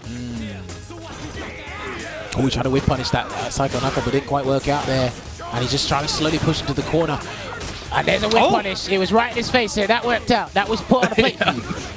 Oh man, but a whiff punish right back at you. No conversion though from Xfiness. He does have V-Trigger active. When is it going to come? I like that V-reversal. The throw will do so much, but so will that combo. He's going to wait again. Yeah, he's going to wait for another V-reversal opportunity and then go for guess for game. Yeah, here he comes. Yeah, there you go. And he just takes. Smart. His tick throw. This is it. I feel, again, maybe like Ultimate Weapon's very good at asserting dominance, and I like the way the solidity behind Xfiness's gameplay. I feel for Ultimate Weapon to kind of steer this back into his favor. Is he needs 1 or 2 bars of V-reversal, maybe 1 or 2 bars of EXP, and just push into the corner, and then when he feels Xfiness tries to escape, it's just easy V-reversal. Yeah. That's what it looks like is happening so far for me, which makes him win these games. I don't know about you. No, I would agree. Honestly, the way that he, in these really clutch moments, has utilized his V-reversals offensively reminds me a lot of, like, Punk and Idom. You know, understanding that in certain situations, you don't need to rely on the V-trigger to get your comeback. You know, if you're playing foundationally solid enough, and you get them low enough on life, you can use that in a situation where you get the advantage, and then suddenly it's a guess for game with a throw. What a neutral jump here, and he's going to go for the full combo. Yeah, he will. Is that reset? That was a dirty reset. That was messed up. What the hell was that? I'm going to have to ask him about that. What the hell was that ambiguity there? That was crazy. Activation. Oh, the back throw. Tried to walk forward a little too much, steal too many frames. That was all because of that filthy reset. What was that? yeah, and it didn't even do that much damage, but it really mixed things up and kind of threw him off his defensive game plan. Oh yeah, mental damage. Yeah, mental damage. That's all. Because the moment you get your opponent saying, "What the hell was that?" he's like, Exactly. All right, just finding that space in there. Lovely whip punish with the sweep. Again, this character isn't really a whip punishing character, but he's got dash straight and he's got sweep for that. Good damage. Yep. Okay, this is looking bleak for Xfiness. Now, he does have V-Trigger ready, but I don't know. It's going to be tough to mix him up that many times. We've really seen Ultimate Weapon shore up his offense, and he's not overextending. Ooh, there we go. Right, Ultimate Weapon's found his groove. He's going back to how he was playing in the first 2 games. Those light checks are coming back. They're being reintroduced. And just that kind of just forceful aggression and keeping him marshaled in the corner. That's coming back as well. Nice anti-air. Yeah, he's been so on point with those anti-airs. There haven't been many jumps from either of these players, and at this level, you don't see it a lot, unless it's a certain character. But neither of these players is really committed to jump so much, so for them to still be so on point with their defense from the skies is just a testament to the level that they stay at. I think Finesse is more jumping to really try and catch him on the off guard because he's trying to avoid dash straight and just trying to like sneak in a jump in, which is not working. Ultimate Weapon's jumping because he needs to get out. Yes, right. Therefore, his jumps are a bit more telegraphed. Nice dash low. Okay, back to the wall again. X-Finesse. These last few rounds, he's really found himself with his back to the wall here, struggling to get out of the corner. There again, not able to react to that charge fierce. Still trying to shimmy. Lovely whip punish into the Psycho upper here. Gets a throw. Can he get another one? Is he going to play it safe? Big damage coming through for X-Finesse. Back throw should do it. But he doesn't even need it. He doesn't even That was so smart. He's adapting to the way that he wants to rely on that V reversal. And he's understanding, you know, again, if you're in the corner as Ed, you actually don't get much mileage out of the V trigger 1 because sure, you can use it as a combo tool, but utilizing it for mix-ups is where it really shines. And if they're in the corner, they can't get mixed up. They can just hold down back and block it, you know? But I feel that the V reversals are coming out because it's trying to reduce stun, or it's just the fear. Of course. And that's happened like what, 3 times now. I feel that that situation with the V shift. So he needs to be more cognizant of that situation. That ultimate weapon. Once he gets a bit more again, because his defensive choices have actually been pretty good. Like I think he should have just a little bit more faith in his defense. Sure, yeah. It's hard against Ed, man. That character makes it feel like you're just it's never your turn to press. Oh, don't worry. I've been on the receiving end of that one too many times here in the EU. All right. Both pretty even on life here, but that EX dash straight hitting Ed right in the face, knocking him down. Now the positional advantage was in Ultimate Weapon's favor, but now we're back to the mid screen. Okay, just waiting it out here, and Flicker, I say Flicker. X-Finesse knows he can't really press some buttons at that range because Sweet's been catching him. He could be charging the dash straight. All right, there's the forward throw. Now we are going to see, I wonder if he's going to use the opportunity to activate here, or, there it is, off the stand medium kick. Throw tech, this is what he, this is exactly what he wanted. So when he throw techs, it gives him more of a chance to assess the situation and then try and react accordingly. Let's try to take a big risk there, but it didn't really work out. Reset, good block. I really like that poke from Ultimate Weapon. Oh, and using the V reversal here, but man, he's still in a tough spot. Any hit will do it, and the EX dash straight, there it is. Wait, okay. Ultimate Weapon being stubborn, and every so often, at that range, this is what's interesting about this matchup as well. Super close range, that CQC range, right? Where dash straight is at its best. That's when he needs to be throwing out that jab. That's exactly what he needs to be throwing out that jab with Ed. Oh, man, look at the damage that X-Finesse has done. Just one combo was able to do a cool 40%, carry him to the corner, but now he's got himself backed up against the wall there. And Ultimate Weapon just harassing with that stand medium punch, dash straight, just racking up the great damage. This next throw could do a grip. Woo! Speak of the devil, good call from Mr. Mostafles, but he's out of the corner, got that breathing room, but he decides to close the gap instead of activating that V-trigger. Is he going to get a chance? Look out, here it comes. There it is. Okay, Oh, he even tried to wait. I really like the patience from Ultimate Weapon there just to assess the situation, and then he's able to close it out with the EX dash straight. You really hit the nail on the head, Jammerz. His defensive choices have been pretty top-notch. Yeah, I rarely see this dude, but we're going to ask him about this later. But from what I'm double-checking here, he is second on his leaderboard for the World War in the East Coast. There's a very good reason why that is. I'm looking at this and I am thoroughly impressed with what I've seen so far. And again, I think what's really cracking open the defensive is of course it is how X-Finesse understands Balrog and Ed's offense. I think it's just one or two things he doesn't want to accept. V-Trigger 1 being one of them. He doesn't want to deal with it. I get it, people scramble. Right. And you want to get out of there as soon as. So... Oh, he clips him. No counter hit, though. Not able to get a follow-up. But that down medium punch buffer into the low sweep is such a good option. Really getting him the most mileage, I think. And now carried to the corner. X-Finesse back to the wall one more time. It's not over yet. Look at the stun. Matchup throw. Is he going to do a cycle up or is he going to wait? It looks like he's going to wait and get his space. Try to go for a throw, but Ed's throw range isn't that great. I can tell you that much. Reversal. Yeah, now he's out of there. Is he going to break away? He's going to wait. No, he's still going to wait. Oh, he lets him get away with it and just immediately backdashing. You know, with that kind of life lead, what's the risk? Go for it. Right, he's out of the corner now. All you got to do is one light will do it. One light will take it. Oh, I didn't say what light it was, though. It was light dash straight. And that was a hard read from Ultimate Weapon. I feel X-Finesse is on the back foot. He's on the ropes at the moment here. Yeah, I think the momentum has really shifted, and I think that's obvious even to the viewers. You know, if we weren't here, if they were just watching, I think they could tell that something in the air is a bit different, and you can notice more confidence in the neutral, in the way that he's approaching. Ultimate Weapon feels like he's in a pretty good spot. Oh, there we go. Nice anti as well. He's using Crouch Fierce. I like that. Not really the Psycho Smash. He's using Crouch Fierce, but if damage is coming through. I don't think that's the optimal one, though. Oh, he missed it. Oh, just out of range, and it would have worked. It would have worked. This is a good chance to activate Trigger if he gets it, because Ultimate Weapon has to take it. Right. But is he going to find the spot? Is he going to find enough room? All right, there it is. Now, how can he make this count? Nice escape. Yeah, chase him down with a stand media kick, but we'll take 60 damage over that beat Trigger any day of the week. Right. Punish.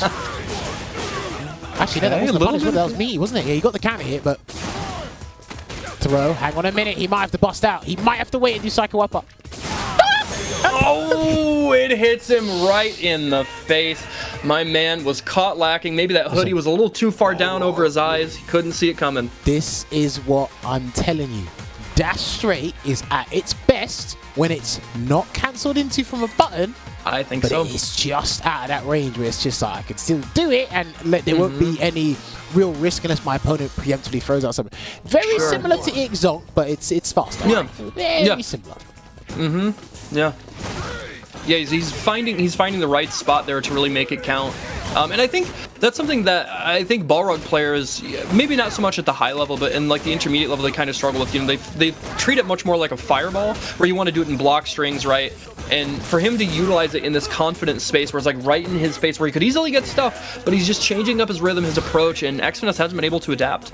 Yeah. Very good assessment there from Mostafles. And again, we're back in the same situation, and he activates off of a normal again. Okay. We'll take it. We'll take a throw, yeah, and then he's going to wake up. It's still coming. Yeah. I don't know. I'm not used to seeing Psycho Cannon activate off of normal. I don't know if that's like a real, like, scary situation for the opponent. You know? Okay, man. Okay, another throw will do it. He's got to hold it. All that chip damage and the delay crouch fierce crushes him into the sky. Another round for Xfiness. But it is tied up 5-5. It was looking very bleak just maybe 5-10 minutes ago.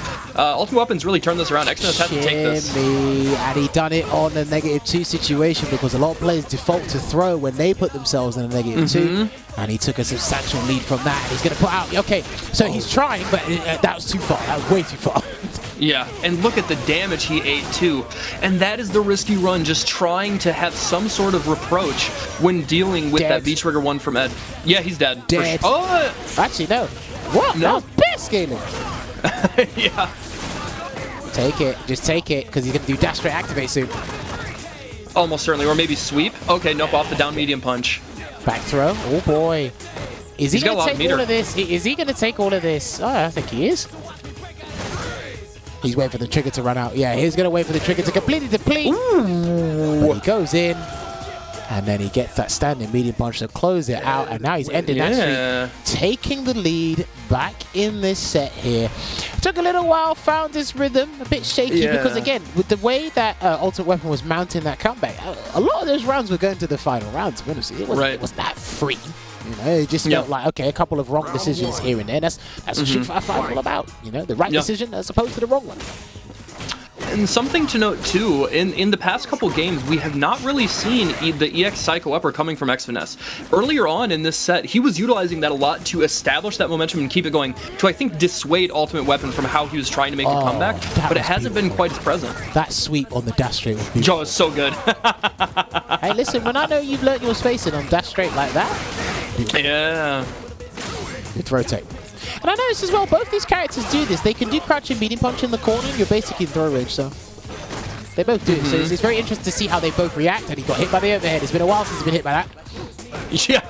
Yeah, that is something Ultimate Weapon doesn't really do. Again, he doesn't like to take those big risks. He doesn't have to. This is a dire situation. Again, he's trying to steal the momentum back, get it back on his side.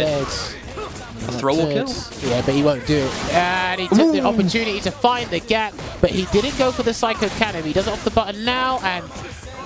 Oh, okay. Oh, that's so cheap. So that's a legit mix-up, by the way, because if he does stand hard kick, I think he's +2 or +3 on hit. But the thing is, what did Ultimate Weapon do to get hit? Did he jump? Because he went airborne, right? I think so, yes. I think he tried to jump back. I really got to ask him how he feels about defending against that. Yeah. I'm sure he doesn't feel great. I bet he has some choice words. Good block. I wouldn't be surprised if he cycle up it again, though. And he gets hit by the Omen! One last time. Wow, he's pulling it out. He's not afraid. Oh, he really tried to get him to buy, and he checked the EX dash straight at the close range. You have to do it preemptively, but we'll take it. We'll take it. That's fine. I love the... Oh, and now he's adapting. He's not letting him get away with the V reversal. Look at this. He's mounting this comeback. He's got so much meter on his side. That is a ton of throws off of EX Spark. Oh, but he was too drunk on power. He said, I know the situation. Do you know the situation? I'm going to have the temerity to walk up and steal some frames. And my word, you cannot steal from the man who steals from the casino. That EX Psychonauts getting the knockdown there, bring him back in with the Snatcher, and already lost 50% just off of Flicker into EX Psycho Knuckle. The anti-air block is going to be big damage here. I wonder if he's going to try and V-shift or he's going to firm it. He V-shifted. There it is. Because there's no way you're going to sit there after your reversal failed. Right, yeah, you are scrambling in that situation. You're a little flustered, and there's the forced activation, and he's going to have to deal with this. Yep, put him into it, okay. I don't like how far that sends you on an airborne opponent. Dude, right? Throw, that's not going to do it. He's got one more chance. Is he going to dash straight to get out of there? No trip guard, but the throw seals the deal. That's another game. For Xfinesse, he goes up 7-5. Wow. There you go. Finding his rhythm again. I like it. Again, good call from this man here. He said you're going to see the rally of adaptation, the back and forth between these guys. They're keeping us thoroughly entertained. Hey, I want this to go down to the wire. Oh, yeah. Let's see if they can do it. Because, again, you feel Xfinesse runs away with it with the way he utilizes V-Trigger 1. And an ultimate weapon, whether hook or by crook, I don't know. He might not even be able to explain it. He finds a way to get out of it. He finds a way to get out of it, re-established control. And then we have a game on our hands, and then Xfinesse just goes, you know what? I think I can top you. I can get the one up on you once again with my offensive play. Oh man, what a check. And that is something I also have to point out about Xfinesse. He is so good at checking dashes. I really think one of the best in the United States. His reactions are on point. He's going to be able to kill. Super dead. My man said he's good at checking dashes. He's good at checking dash straight. Jesus, he's built different. He has tapped into the Matrix. Look at that. Let's see if he can go up 8-5 here. Hopefully, Ultimate Weapon hasn't run out of steam. He might have to be more aggressive, but again, like Mr. Mostafles alluded to a minute ago, look, he's been checking dashes.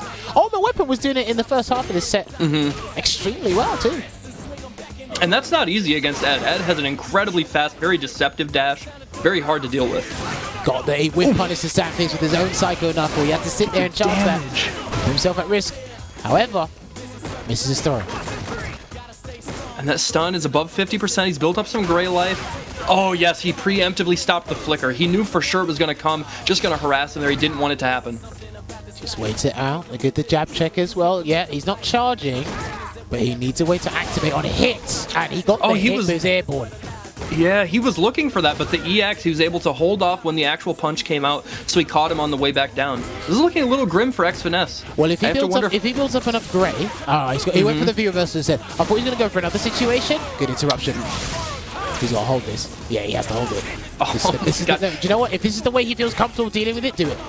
Yeah, sure. Oh, he challenged. No V-trigger to cancel, though, but he's still in a good spot. Do that. Look, you can't not at that range. If you're going to have that bar, and Ed's got the bar ready and wait, he says, please do it. Please test my one-button reaction, please. That's all he wanted. And like, not only that, but considering the type of reversal Ed has, compared to other Shotas where they go airborne, you might get lucky and they actually launch into the air and don't hit you. But Ed doesn't have to deal with it. Got a ton of active frames, and it stays on the ground, so it's like way easier for him to deal with. I do not blame Ultimate Weapon for trying to just basically nick the round. However, he was too far against a character that's got a one-button reversal. You were way too far for that to work. If he was a little bit closer, he would have blocked it. But he had too much time, and I believe, I'm not sure if it's significantly slower, but it is definitely slower dash straight when you do it from half screen as opposed to right in his face. So. Right. Yeah, it starts up the same, but like there's a point in that mid section where it really slows down and becomes much more telegraphed, easy to react to. But man, right now Xfinesse is just chilling with his shoes up. He is not pressed. Right, okay. That's going to end the round there with the Psycho Upper. Good stuff there to Xfinesse. I just feel Ultimate Weapon is trying to delay the inevitable when the V-Trigger's out. It's like, okay, I'll stop you from this one mix-up, but it doesn't mean the mix-up is gone. Crush Oh, counter. man. Yeah, another crush count right back. No EX dash straight there, but he's still in a good, solid 40, 50, 60% life lead, and there's the stun. Don't spend any bar. Do not spend Yeah, any definitely bar. don't. Yeah. Just keep it there. He's got 3 dash straight, so he's got super. Take your pick. There's his throw. Yep, tried to go for the throw. There's the V reversal. Now, are we going to see a throw this time? Trying to beat out the shimmy and the super ultra mega delayed EX reversal. I'll take that. And he stole a turn as well, but he's going to be pushed back. Dude, it's still on the string. It's fine. It's fine. It's fine. That is a long gone. Oh, no. I don't think he can hold out here, Mostafles. I don't think he can hold out. Yeah, you can tell he's getting antsy. He's really feeling the nerve. Okay, there's the EX dash straight, and the throw does it right into the ground. This is good discipline there from Ultimate Weapon. Let's see if he can take this round, because if he goes 9-5 down, Eesh. That's a tall order. Yeah, it's a very tall order for someone who's been playing like this. All right, there's the check. And back throw will do it. And he went to shimmy instead. I respect it. You know, you do not want to give X Finesse and that V Trigger one the chance at a mix-up comeback. You don't want to let that happen. Oh, what? He's still alive? Oh my god, back throw, the back throw. Oh no. He's gonna wait. He's just gonna wait. No. Okay. If you're Very gonna measured approach. do dash straight, do it at that range. There you go. Yeah. Uh-oh. He's got to firm this. I don't know how he's going to get out of this. And he did! He worked his way out! He worked his way out. All right, the ingenuity, the creativity's coming now. If he has to give you this false sense of control just to be able to just haphazardly jump over it, I'm good with that. As long as you don't make it predictable, I'm good. Because, listen, you and I have watched this game and Ed long enough with that V-Trigger. It's like, yeah, that guy is going to jump any minute now. And it's like, listen, it's not about when. Oh, sorry, it's not about how, it's when. Yes, that is what's going to happen. Hey, man, look, the cow jumped over the moon. If he jumped over it that easily. Yeah. Okay, there it is, that 3-piece, using the stand medium kick to space himself out there, trying to gain some ground out of the corner. They're not quite at the range to get the punish on the dash straight, but he does dash up and steal a turn. Oh, the best frame trap in the game with throw. Yes. Yep. Trying to be able to dash punch, no such luck. No buffer on the down medium punch, and I think from that range it probably would have whiffed on Psycho Upper anyways, so just use it as a poke. Okay, goes for a throw. Can he sneak in another one? No, Psycho Upper was there at the door waiting, and this should be, too much scaling. Yeah, for sure too much scaling, but it is guess per game. Man, he gets to take him coast to coast. So he has to block it. Oh. Do you know what he hasn't done? He hasn't done EX Screw Smash, the armored move. He hasn't done it. You know, to be fair though, I actually think specifically against Ed, that move is like exceptionally bad because he really likes to press. He likes to pressure with crouching moves, and that doesn't hit crouchers, right? Yeah, I still think the armor will catch him at some point. It only just crossed my mind now. I feel maybe he might find something. We'll ask him afterwards if he never uses it. Sure. He might have the same reasoning you do. So. Yeah. Alright, X-Finesse finds his way out of the corner there, and now he has switch sides. No whiff punish. Well. I mean, he could have swept, but... yeah. But it's, it's hard in situations like that. You just want to press something, right? So you normally go to your best counter poke button. Okay, he's going to take it here, all the way to the corner. Not really going to get it. Yeah, he'll tech and then block. Yeah, he's going to keep it simple. If he can find a way to just tech the throw so that the animation gives him more time and space, I think that's what he wants. But that's what X Finesse blew up earlier with the stand hard. Exactly. Kick, so. Yes. That's like level 1 of a high level Ed player. That's like they're trying to get you to throw tech so they can catch you with the stand heavy kick. Right. If he's going to dash straight, he's got to do it now. There it is. There's one. Okay. Oh no, the defensive back throw, and he's going to have the chance to build V trigger. Just wait. Oh no, I don't know what's going to happen here. No. He doesn't want to give him the easy V reversal. What a throw tech. My God. That was the wrong choice. He backdashed because he allowed to activate. He's going to have to firm this. Oh, he got caught low. Now, just like that, X Finesse on the verge of winning the set. Yeah, I wonder, after that throw tech, did he backdash because he wanted to avoid a button or maybe something else? Because if you backdash from that situation, you just basically gave him the free. Yes. Yeah, man, you just had to deal with that. But again, it's like, you can't blame him. It's so tense, right? Because not only are you going to have to deal with the inevitable V-trigger getting in your face, but Ed's dash covers so much ground so fast, it's like he's going to be right next to you anyways. It's hard. Yeah, look, we're just backseat gaming at this point. I'm the whole shoulda, woulda, coulda guy. So. Yeah. Backdash there from X Finesse again. He's going to be brimming with confidence right now because he is technically on set point. Yeah, and a big life lead. Already down 55%. There's the EX dash rate just trying to get something started. There's the counter hit conversion. Okay, can he bring this back? Ultimate Weapon trying to keep him pinned down in the corner and take this to the bank. Okay, dash straight. He's trying to keep the stun high, and then we saw him try to escape. That was a big risk there, but he's out of the corner. Dash to, and this time he tried to chase him down. He's hungry. Whoa, yeah. Oh yeah, he's hungry. Block it. Yep. Oh no. Luckily enough, he's still alive. Hasn't got any meter to work with. He's got to deal with it. Yeah, he's got to deal with it. And that was 100% just to get him to use the V reversal. That's the only reason he did that. Oh, no cancel! Wait, rare footage of an Ed player not doing EX Psycho Knuckle after the flicker. Right? Is there like a certain window you have to do it? Didn't know that. I don't think so. I'm not sure. I hope not. Don't make that move have any sort of complexity to it when it needs to. Yeah, right? Yeah. We need it to be brain dead. Alright, he's on set point here, and again, Psycho Knuckle in the corner. Things are going south. He's looking at a big life deficit. Big crush counter that helps a little bit, but he's still not out of the woods yet. There's so much meter on the side of X Finesse, and any of those hits can lead to so much. That's fine. That Cyclop is completely fine. He's 3 games out on set point. You can do whatever you want. Nice jump. Yeah, though. Is he going to go for the full scaling? He will. The jumping should do it. I don't. No, it didn't. Okay. I thought the jumping would have had enough scaling towards it, so he would have been able to take off a chunk and then he'd be able to close it out with a V-trigger, but he didn't. Right, Ultimate Weapon's going to have to throw everything in the kitchen sink. If that means 12 more roundhouses in a string, so be it. Yeah. There's one. Okay, and he tried! Well, he tried! Thank you for strengthening our case. All right, gets hit right in the face. Push past midpoint in the screen there. X Finesse towards the corner, but right just like that, that EX Psycho Knuckle coming through in the clutch to give him all the corner carry he could ever need. Yeah, he's just going to push him to the corner, take that chip, do that flicker. He can't anti it from that distance. That's good. Whoa. What was that? Was that an anticipation or something? Yeah. I think maybe he was thinking it would be V-Skull into dash punch. Oh, hit. Oh, that's going to be stunned. Not quite. Stunned. Overhead. No, he went for the crouching dead. medium punch. And ladies and gentlemen, Bacter has taken it out. And Ed player reigns supreme and steals the show again. He's a solid character. He's fine. You can whiff punish flicker. What you can also do is you can type GG's in the chat because I enjoyed that set. I really enjoyed it. It was very good. I learned a lot about these players as well as a little bit more about that matchup in an extensive set because I did have the treat of watching it with Ending Walker and Mopulapo. But yes, X Finesse finesses his opponent and he takes it 10-6 there, 10-5 I should say. But yeah, that was perfect to see. Again, can't thank you enough for that set there. But there's still more. Wait, there's still more. We're going to take a 5-minute break. When we come back, we're going to get X Finesse to try and downplay this character on the other side of this call. We'll be back in a couple of minutes. Hang tight, guys.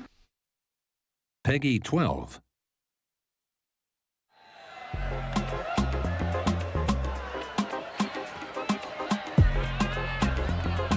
Come on, crank that beat! Go, party people! Everybody still cooking? Oh yeah, now you got it!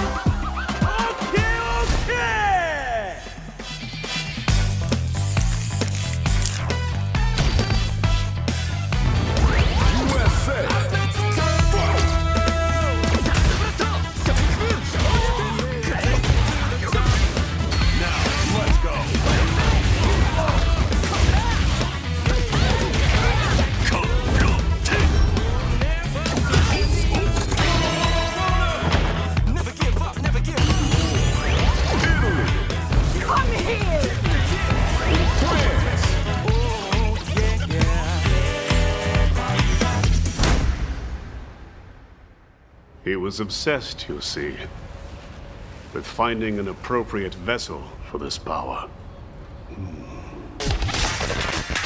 Showtime, baby! Prepare. Fight with all your heart! An honor, to be sure.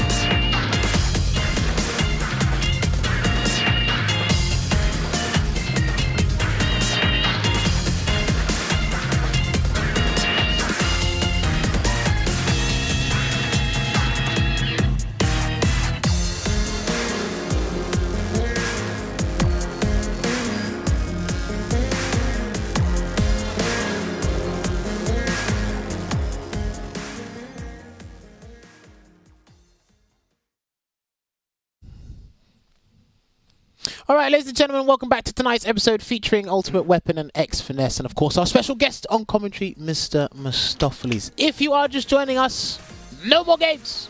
It's done. Yes. We've had a great set. If you joined us, well, your timings are just late, or you just don't know when we're on. And I can't help but question you in your timings, unless you had a late day at work. Anyway, yes, Mostafles, good to have you back. Let me find out, have we got Ultimate Weapon and X Finesse here? Can you guys hear me loud and clear again?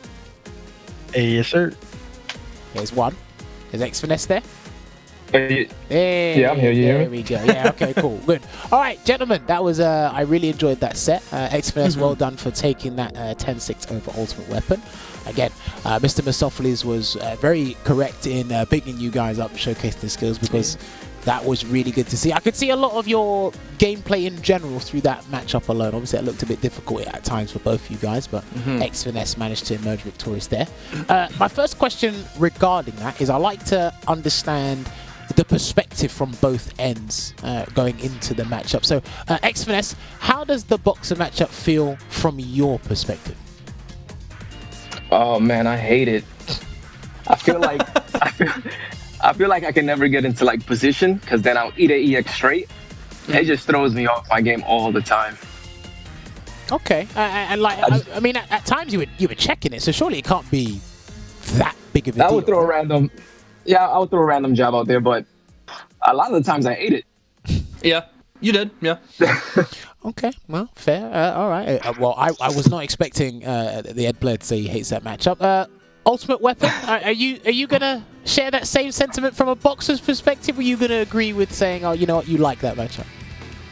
Yeah, I definitely don't like that matchup. I won't say I hate it, but it's V-Trigger 1 is just hard. Sure. Right. Right. Dealing with Ed's V-Trigger 1 is hard. Is that what you're saying? Just so we're on the same page. Yes. Okay, yes. Now talk to me, because it looked like you tried a lot of ideas. Some of them worked, some of them didn't, but ultimately you were scrambling against that V-Trigger. Is that a personal problem you have, or is that something Balrog just can't really deal with?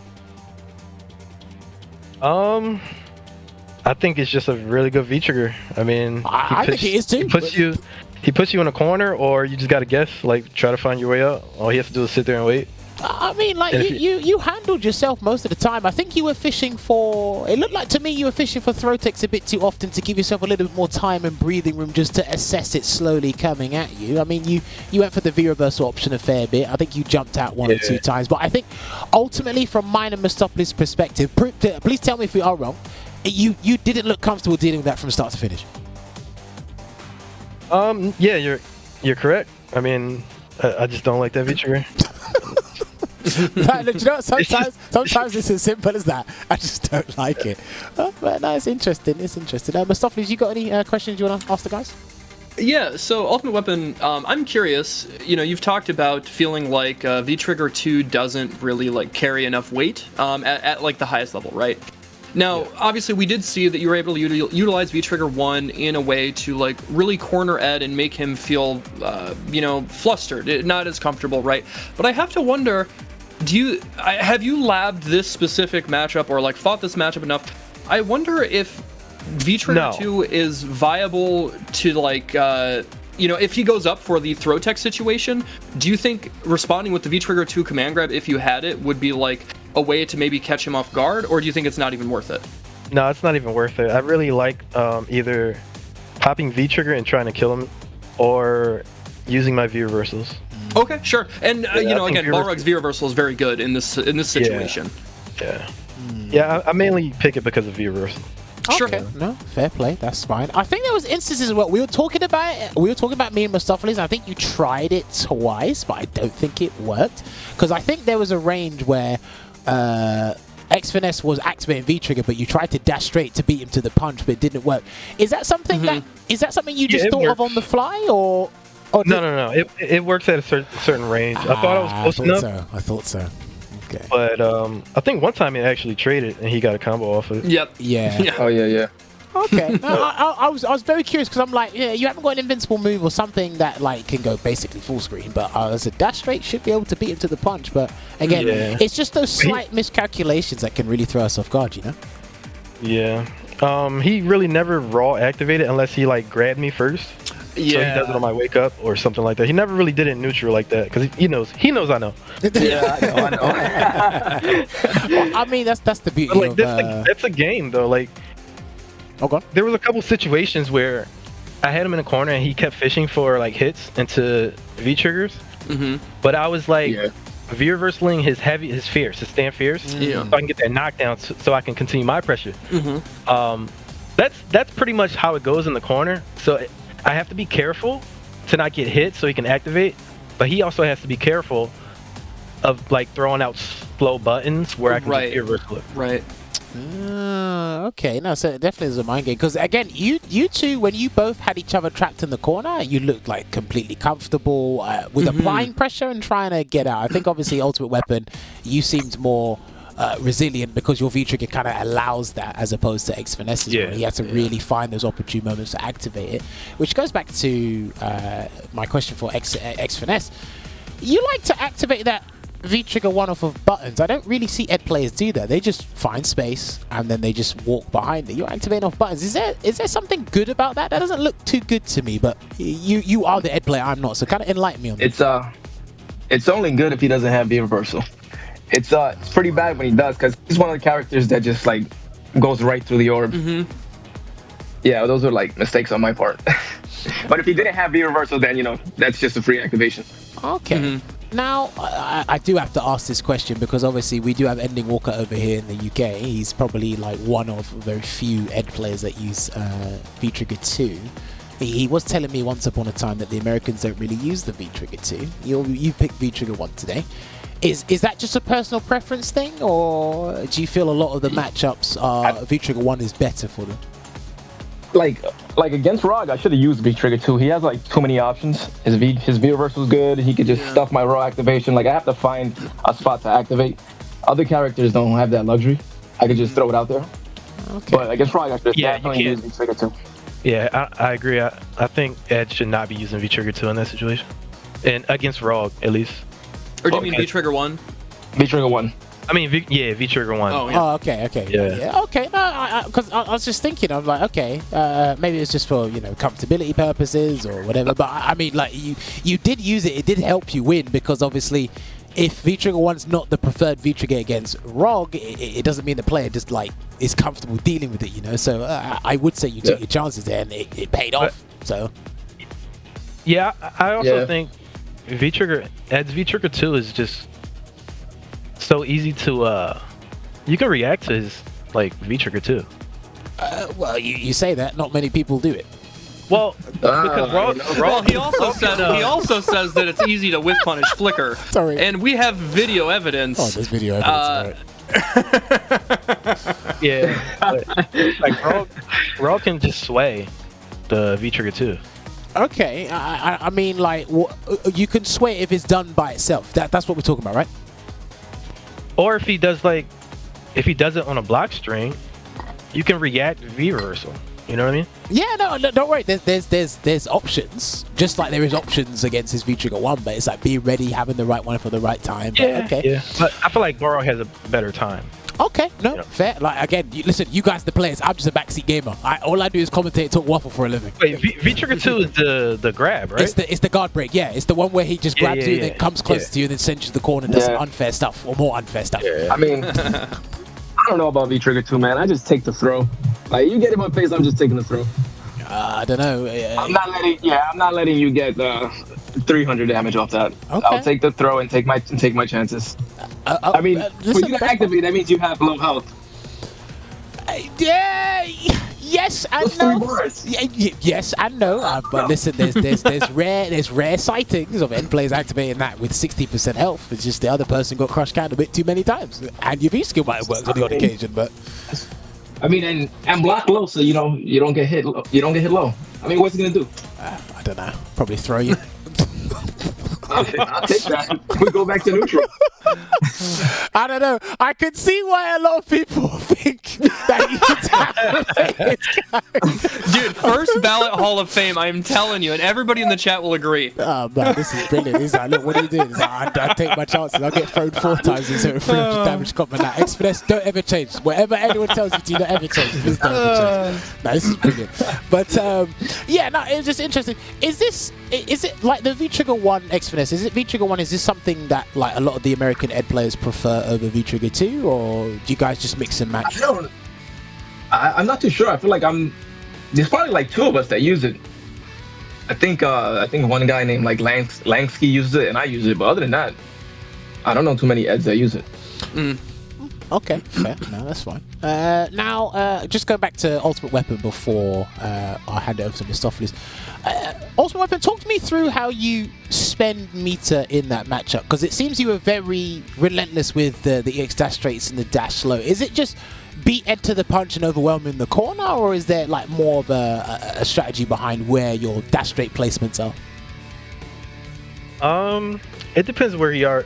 Like if I'm in the corner, EX dash punch pushes me out the corner. So on hit or block, I'm just trying to push him away from me or away from the corner.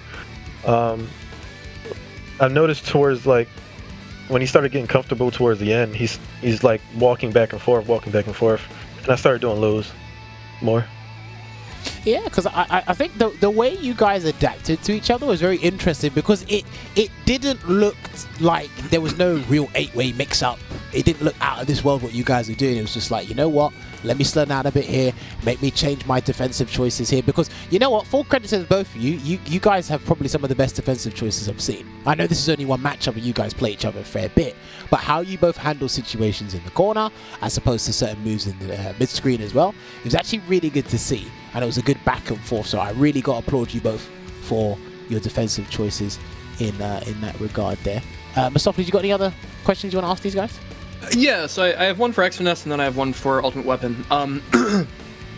X-Finesse, something I'm curious about is we didn't really see it until about the halfway point in the set, and then there were a couple games where Ultimate Weapon was on a bit of a hot streak and won I think like 2 or 3 in a row. And you had slowed down and then you brought it back out. And I'm talking about EX Psycho Upper from Ed. Now, is that something, like, how do you go about utilizing that in this matchup? Because you found really great success around midpoint in the set. I think it was like 5-3 or something like that, and you had gone on a roll, and there were a bunch of times where you're interrupting his pressure, the way, you know, you were even like really delaying it on your wake up. How do you go, like, what's your strategy for utilizing that against Balrog, or maybe even against Ultimate Weapon? And then why did you decide to like tighten it back up and not keep like going for it, even though it was being successful? I was doing it because I felt he was gonna throw me, or he was trying to frame trap me with like the stand heavy kick. So I would throw it out, but then he started tightening up, started doing like jab, so it wasn't working anymore. So that's why I stopped doing it. Okay, gotcha. Yeah, I think that's something that's like so interesting about Ed players is like, because they have that slow reversal, that's, even though sure, you know, you don't have to worry about doing a directional input, it's still a very specific reversal that you have to use. So the strategies around using it, I think, are really interesting compared to traditional Shotos. That's why I wanted to ask. And then the next question I have is for Ultimate Weapon, kind of similarly, although it's not a traditional reversal. Throughout that entire set, we didn't see you use EX Screw Upper once. And that was something we actually talked about during commentary.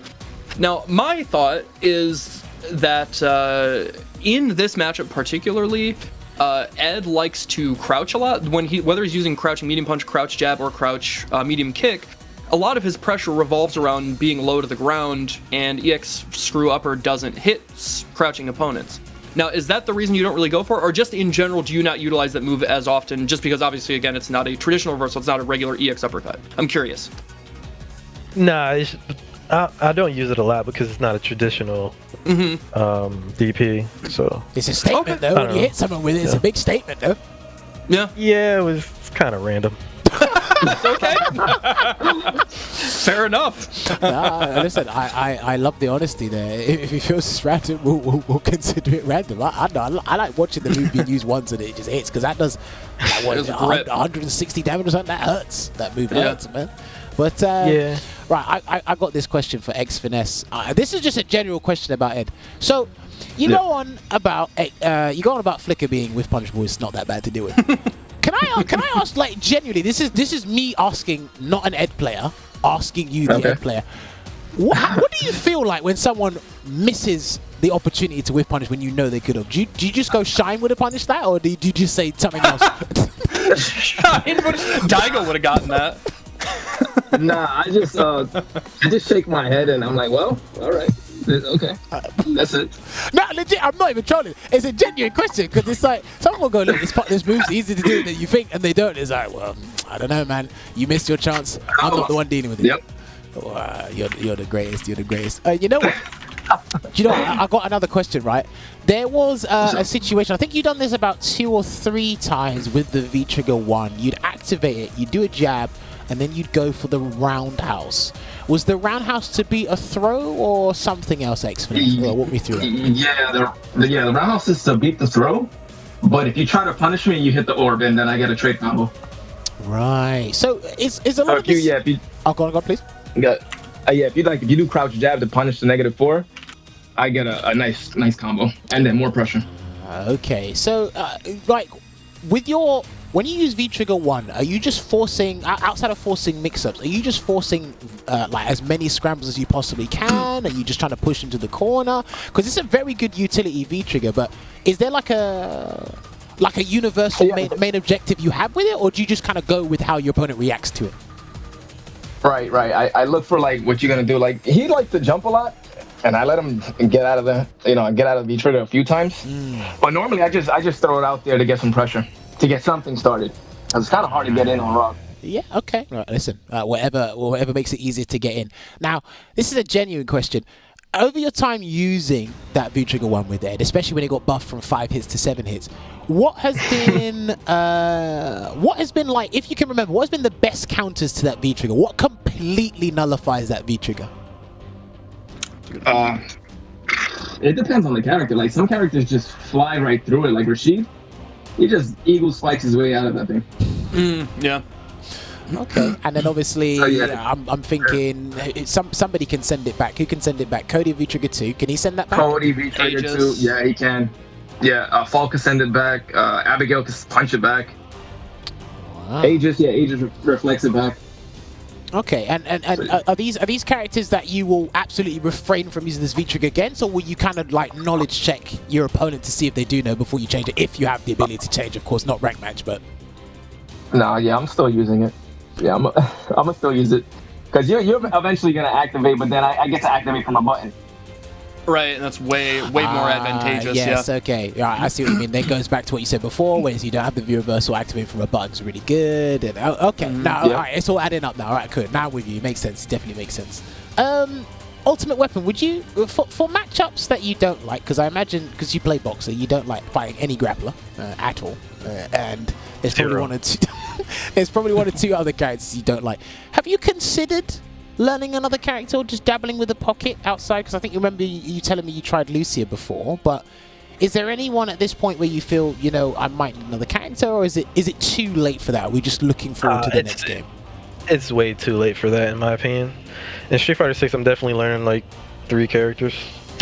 Well, I mean, you just automatically stamped on a number. You just said 3. I mean, what makes 3 so special? Why not 4? I don't want to play no bad matchups, man. I don't want to pick a top tier. Man. No. Do you know what? Losing to players that shouldn't be.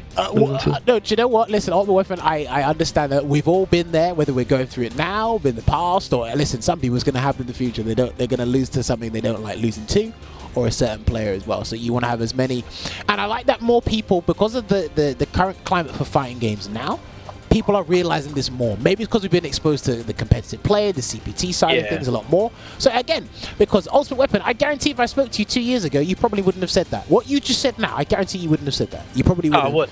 You probably wouldn't have endured it with Barragan. A little bit more, you would have getting command grabbed by Laura for 2 more years. And before you said you were fed up. But it's just the climate. And like you said, you were playing competitive games before. So you kind of already have a feeling of what that's like. Yeah. And it's just like, yeah, okay, I'm tired of this. And because you are in a very good place, we will talk about that very shortly, you're in a very good place competitively right now. You actually have one of the biggest opportunities coming your way in 2 days. I think you told me it was 2 days. Definitely 2 days. Yeah, Thursday. So it's a big deal. So again, now let me ask you this. Just indulge me for a second. If you did have more time to learn a character, out of curiosity, which character would you really want to learn in Street Fighter 5 if given the chance? Oof. Ooh, man. I'll ask you this question as well. Don't worry. But just if you had the chance, Ultimate Weapon, who else would you wanted to learn if you had the chance? Man. Yeah. Tough question, isn't it? Probably. I know people are gonna laugh, but Luke, obviously. If I'm thinking about competitively, yeah, Luke, 100%. Okay, no, fair. Listen, if it's Luke, listen, despite where Luke is in the tier list, the way he plays in the game, I'm not gonna lie, he actually has some cool combos. When you learn those combos, for sure, they're pretty damn good. So if you're looking at it from a combo standpoint, I'd completely agree with you. I'd want to learn him as well, especially if you get to whip punish people, stand fierce into level 2 flash knuckle, and take 400 damage. That's fun. I think it's fun. But yeah, X Finesse. What about you? If you had more time to learn another character, is there anyone that you really want to learn? I mean, I'd probably try to learn Colleen. I just want to throw them buttons out there. Ooh, okay. That's an interesting choice. Not one that I would guess. No, yeah, she got some nice buttons. White woman normals. Yeah. No, this is interesting because you're saying Colleen now, but you said you've been playing basically since she was released because you played since season 2, or you played Ed since season 2. So I'll go on. Like I said, I just get stuck with one character. Wow. Are you going to be stuck? Are you going to be stuck with one character in 6? Nah, I'm gonna do 2. Wow, everyone's stamping a number on these characters, aren't they? Like, you're all certain for the games to come out. Nah, you lot. Nah, 3's too much. 3's too much. That's too much. Do you know what? No, listen. I beg to differ. I think it depends on the game because I guarantee you, right? If you wanted to right now, X Finesse, I think you could learn 2 more characters. The only reason I say that is because I think you've been playing this game long enough to understand how the system works at its core. Sure. And when you understand the system, you can pretty much learn anybody, maybe except Dowsett, because that takes a little bit of skill. I will say that much. I don't want to say it, but I will say that much. But I guarantee you, if you wanted to spend maybe 2 weeks learning Colleen, and then, heck, we'll throw in, maybe if you really wanted to go for the gusto, pick Dan and learn the taunt cancels. You already know how Street Fighter 5 works. You just have to know how they individually work in those areas. So, while some people, yes, depending on how you juggle things and whatever, 3 characters, maybe too much. Maybe it depends on the 3 you look at. Because if you learned Ed, Falk, and Abigail, is that going to be difficult? I don't think it's going to be difficult. Yeah, no, right. It's a case in point. So there you go. But no, I can understand where you're coming from.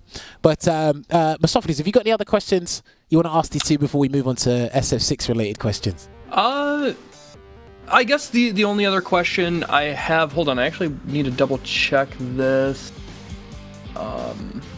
So I guess, yeah, the only other question I have for Ultimate Weapon is just regarding World Warrior.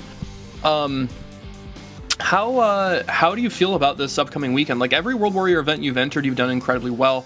A lot of people consider you like, you're definitely not a dark horse, but like you are, I think, one of the favorites outside of like Idom and probably Kudo, and for good reason, right? You're in 2nd place in the leaderboards. How are you feeling about coming up this weekend, and is there a matchup that you're preparing for the most?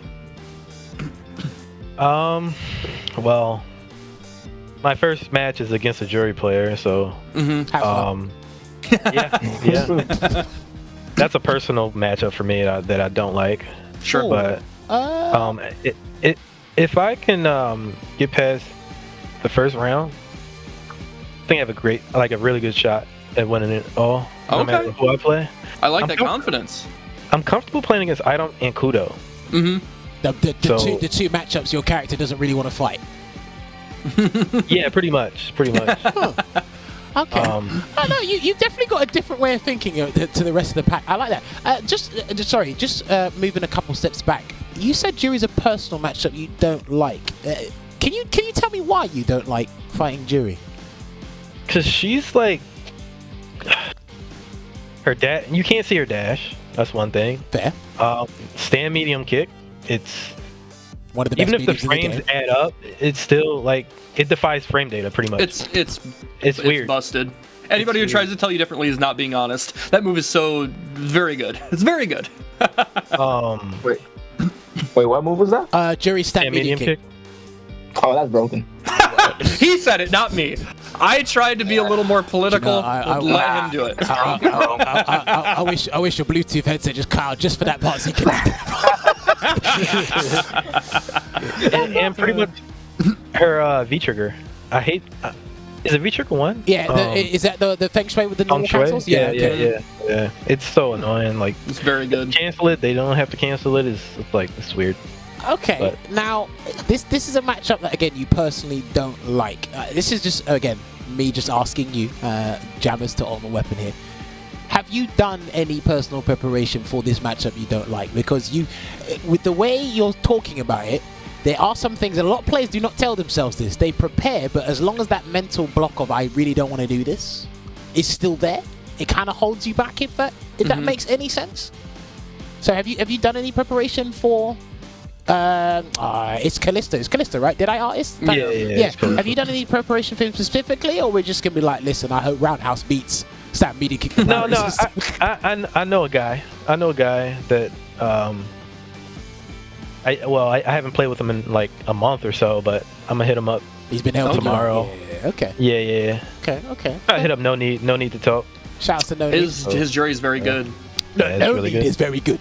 Shouts to No Need. We might need to get him on the show soon because I actually do want to speak to that guy, watch him play. But no, you know what? No, it was great talking SF5 related things. We'll move on to SF6 things now. So let me just double check. Have you both played the beta? I have. I haven't. Okay, cool. Right, so this will be easier with Ultimate Weapon. Ultimate Weapon, we'll ask you first. Oh, perfect. Okay, so we've got some images, or we've got some clips on screen right now. If you're not following the official Street Fighter account on Twitter, please go and follow that because they are putting clips up of good old DJ. Don't know who asked for him, but he's back in the game anyway. But yeah, they're going to be putting up some clips there. I think they put up DJ and they put up Manon. There you go. Jesus Christ, that model. I can't wait. Marissa looks like she's going to steal your lunch money for the next 7 days. That's what she looks like. That's what Marissa looks like. Anyway, Ultimate Weapon, for when you did play the beta back in October, what character did you play and what was your overall impression of Street Fighter 6 from what you've seen thus far? Okay, so the first character I tried was Jamie, but I went straight to Ken after that. Like, okay. I think Ken is really fun in this game. Yeah. I like what they did with him, and he's very explosive. Yeah. I mean, he's always been explosive, but I think oh, go on. Yeah, he's very explosive, but in this game it's like because of the whiff punish counter, so you add more frames to it. So he can he can do like crouching medium punch into run into DP from mad far. Okay, I see what you stuff mean. like that. Yeah, okay. So you really like how they've delved deep into the technicalities of things. Like, what's it called? Yeah. The punish counter? I think you're talking about the punish counter. Punish counter. Right? Yeah. Okay. So you kind of like that aspect where it's like, right, I'm getting an even better reward than I did in 5 with punishing? Is that what you mean? 100%. Yep. I love that. Okay, fair. Have you got any, outside of that, and it seems like you really enjoyed Ken, because I imagine you're going to jump back straight into Ken with this upcoming beta. Yeah. Do you have any hopes or concerns about the game before it's released? Because we do have a release date now. Is there anything you want changed or added before the game comes out? Changed or added? Oh, just off the top of your head, if you think of anything from when you last played it. Well, not really. Training mode, like, leave me alone when I'm in training mode. But nothing really. I mean, I feel like they're doing a good job right now. Okay. Let me give you let me give you the secret tech. So when you jump back on the beta this weekend, just basically go to South America, go all the way to the bottom, like lobby 18 or 19. Find the lobby that's basically got 2 players or 1 player in there, and sit right at the top in the corner. No one can find you. Yes, you can fast travel. You can fast travel to people's names, but I can assure you, when you go in there and you want to sit in peace, make sure you're up at midnight, 1 in the morning, sit in the corner, and I guarantee you no one's going to disturb you. That's the tech. That's the tech. You'll learn it with these lobby systems. They're a bit weird. While everyone's goofing around in spinning Birkins off the rooftop in those big ass lobbies, you can sit there and figure out how this game actually works. But X-Finesse, you did say you didn't play the beta. I imagine you watched some streams or a fair bit of it when the beta was live back in October? Hardly. Hardly. I saw a few things, but other than that, nah. Okay. I didn't really watch it. Let me ask you, from what you did see, do you have any genuine impressions, or are you just gonna wait until you get your hands on it this weekend? I mean, it looks okay. It looks good. I'm just trying to figure out like why is everything negative on block? What's going on? Ah, okay. So you're thinking about the frame data. So all right, Yeah, let me pose you this question. Do you think everyone should get free pressure to a certain degree, or do you think they should earn it? I mean, if they're getting in, then they earned it. If they're in, Whether hook or by or crook, if they get in, they should deserve like a +3 normal or like a +4 something. yeah, Think, okay. yeah, they gotta get something. Like if I'm fighting Sim and I get in and everything is negative, what do I do now? Okay, fair. There's more than one way to start offensive pressure. Now, I don't know if you do know, when you do use the drive rush mechanic, it adds 4 frames of advantage onto the next normal. So if something was like -2, when you do the drive rush cancel, you got to spend a bit of bar, but it'll become +2 because you add the 4 extra frames. Okay. Maybe, or I imagine frame data was designed with the drive rush system in mind. I don't think they want people getting as free of frame traps as they did in 5, because 5 is a very offensive game. I think you are probably the only person who said, why is everything so negative? No, do you know what? It's legit though, because was SF5 your first fighting game or no? No, I played 4. Okay, and right, in 4, not everything was plus off the jump either. So it's been this very weird system of how they handle frame data. But again, there'll be more than one way. I'm sure the players will crack it. I'm sure there's gonna be another. I'm sure they're going to change frame data from now to the end of the game. It might not be like this, but right now, I can see where you're coming from. It's like, damn, for a game where the vast majority of things you do are lights being plus, mediums being plus, and it's just like, well, everyone's just minus. It's just a button, and then, so what happens after that? You might be looking at things from a too mathematical standpoint, if that makes sense, Xfinus. Yeah, probably. I could be wrong. You signed up for this weekend, right? Yeah, I did. Hopefully I get in this time. Yeah, hopefully you get it, because I would actually love to hear your opinion change. If you do get in and you're like, why is everything so minus, and you get hit by something you think should definitely be minus, I think you'll understand why certain things are minus. Oh, go on. No, the game looks good though. I like it. It looks flashy. Okay. I mean, from the characters we've seen thus far, Xfinus, what characters really like taking your liking, shall we say? Oh man, I'll probably end up playing like DJ. Yeah, you definitely don't want any friends. Yeah, you definitely. Yeah.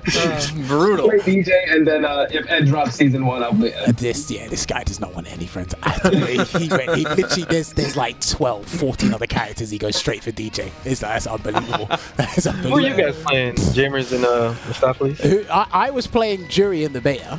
But when the game comes out, I'm actually looking forward to trying JP and Marissa.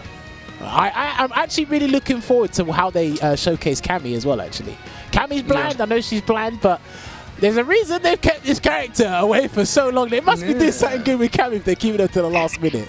But I like that Ultimate Weapon asking that question. What about you? What character? Is there another character outside of Ken? I'm playing Manan day 1. Oh yeah. So you to become the grappler, you've literally got to pick one. That's it. Okay, there you go. He's tired of them, so he's gonna pick one. Okay. I like that. Yeah. But, I play Able before. Oh, well, that's true. Oh, that is true. Cool. There's a connection there. French, grappling. Mm-hmm. She might have a step kick they haven't shown us yet. She has like a vacuum little. Hopefully she doesn't have a step kick. Hopefully she does not have step kick. She might have. Listen, she might have something way better or way worse than a step kick. We don't actually know. That's it. We don't actually know. Now, I got to ask this question because, as we mentioned, we've been talking about the World Warrior program a bit. Obviously, Ultimate Weapon, you are going to be there this Thursday. Xfiness, I think you barely missed it by 2 or 3 spots. So I think that just shows the level of competition that these guys are facing off against each other in the East Coast there. Ultimate Weapon, since you actually placed really well on the leaderboard, I wanted to ask you, if a CPT was to come back next year for Street Fighter 6, do you think the World Warrior program should return along with it, or do you think it should be dead and buried with Street Fighter 5? I think it should return. The World Warrior. But I do feel like some of the rules. I think the top seed should qualify Automatically. automatically. Okay, you trust me. You're not the first person to say we had this last week. We had this last week with someone. So I love it when I love it when the players themselves who've been doing well say this. So you're saying whether it's a small margin or a large margin, if you are at the top spot, they should automatically qualify.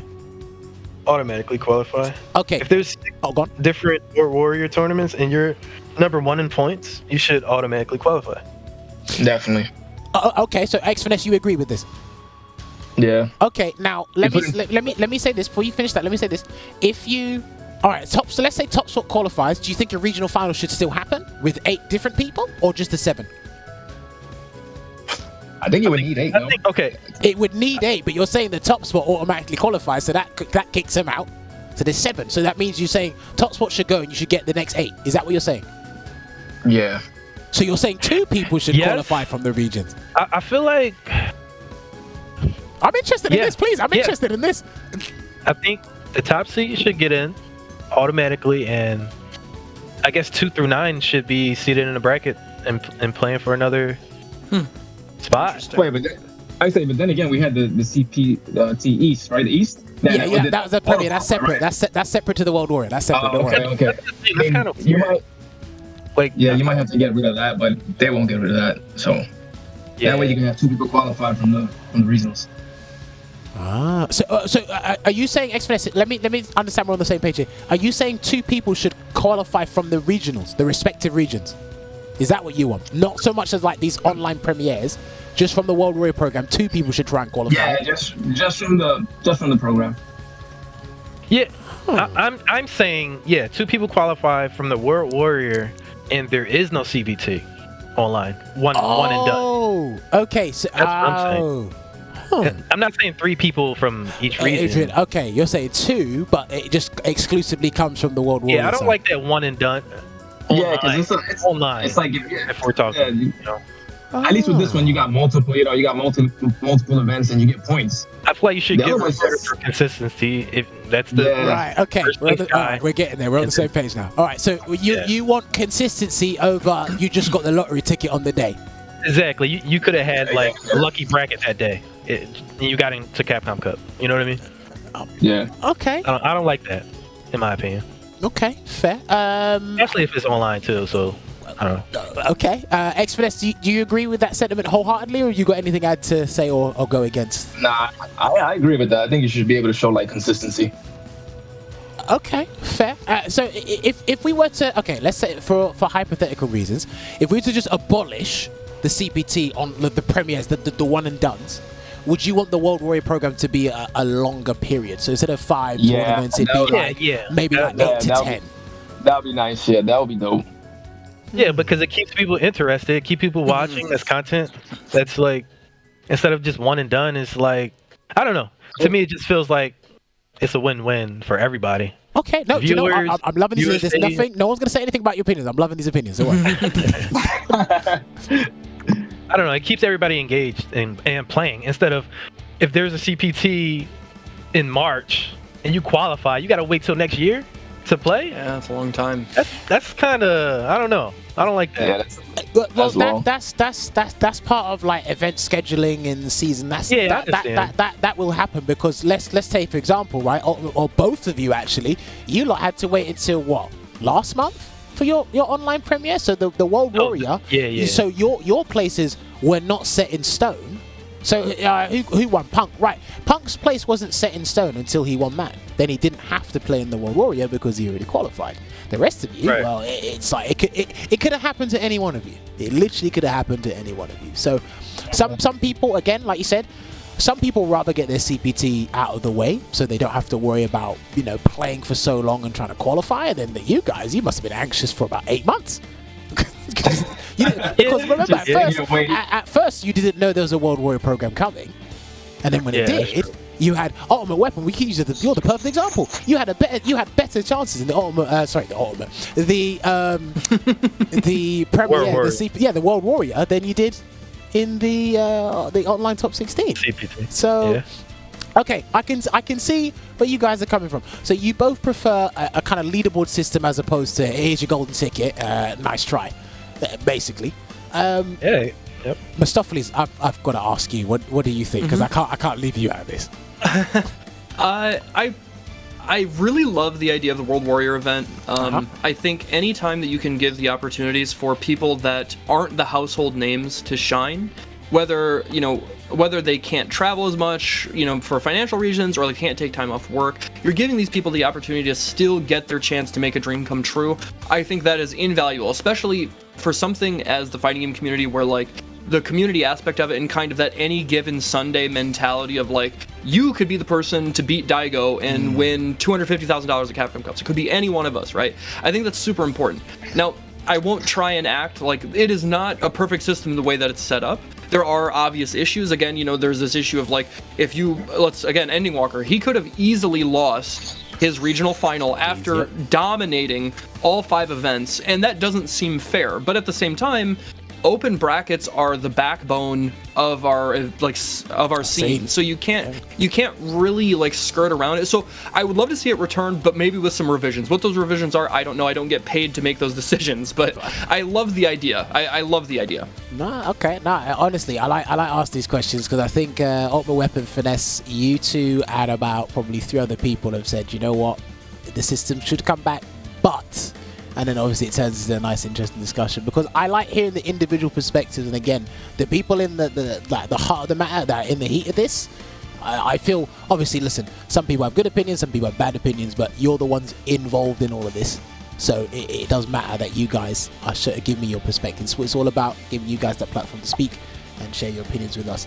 Right, Mostafles, you got any other questions related to SF6 before I hit with my one final question because we are running out of time? I guess, the only question I've got, he's talked about it on Twitter, and I think a couple other people are doing stuff. There are some beta tournaments that are coming up this weekend that are being organized, one by L.I. Joe, the other that's coming to mind is the Casa Pizza Party. Are either of you guys planning on entering? Well, X-Finesse needs to get in first. Yeah, so yes, assuming you get in, that is a very fair point. Assuming you get in, are both of you guys wanting to enter, or are you guys more interested in just labbing, playing, doing ranked, whatever? Yeah, I'm just interested in labbing. Okay. Yeah, I'm not sure. I got to look at the details. I don't know when it starts, when it ends, and stuff. Okay, fair enough.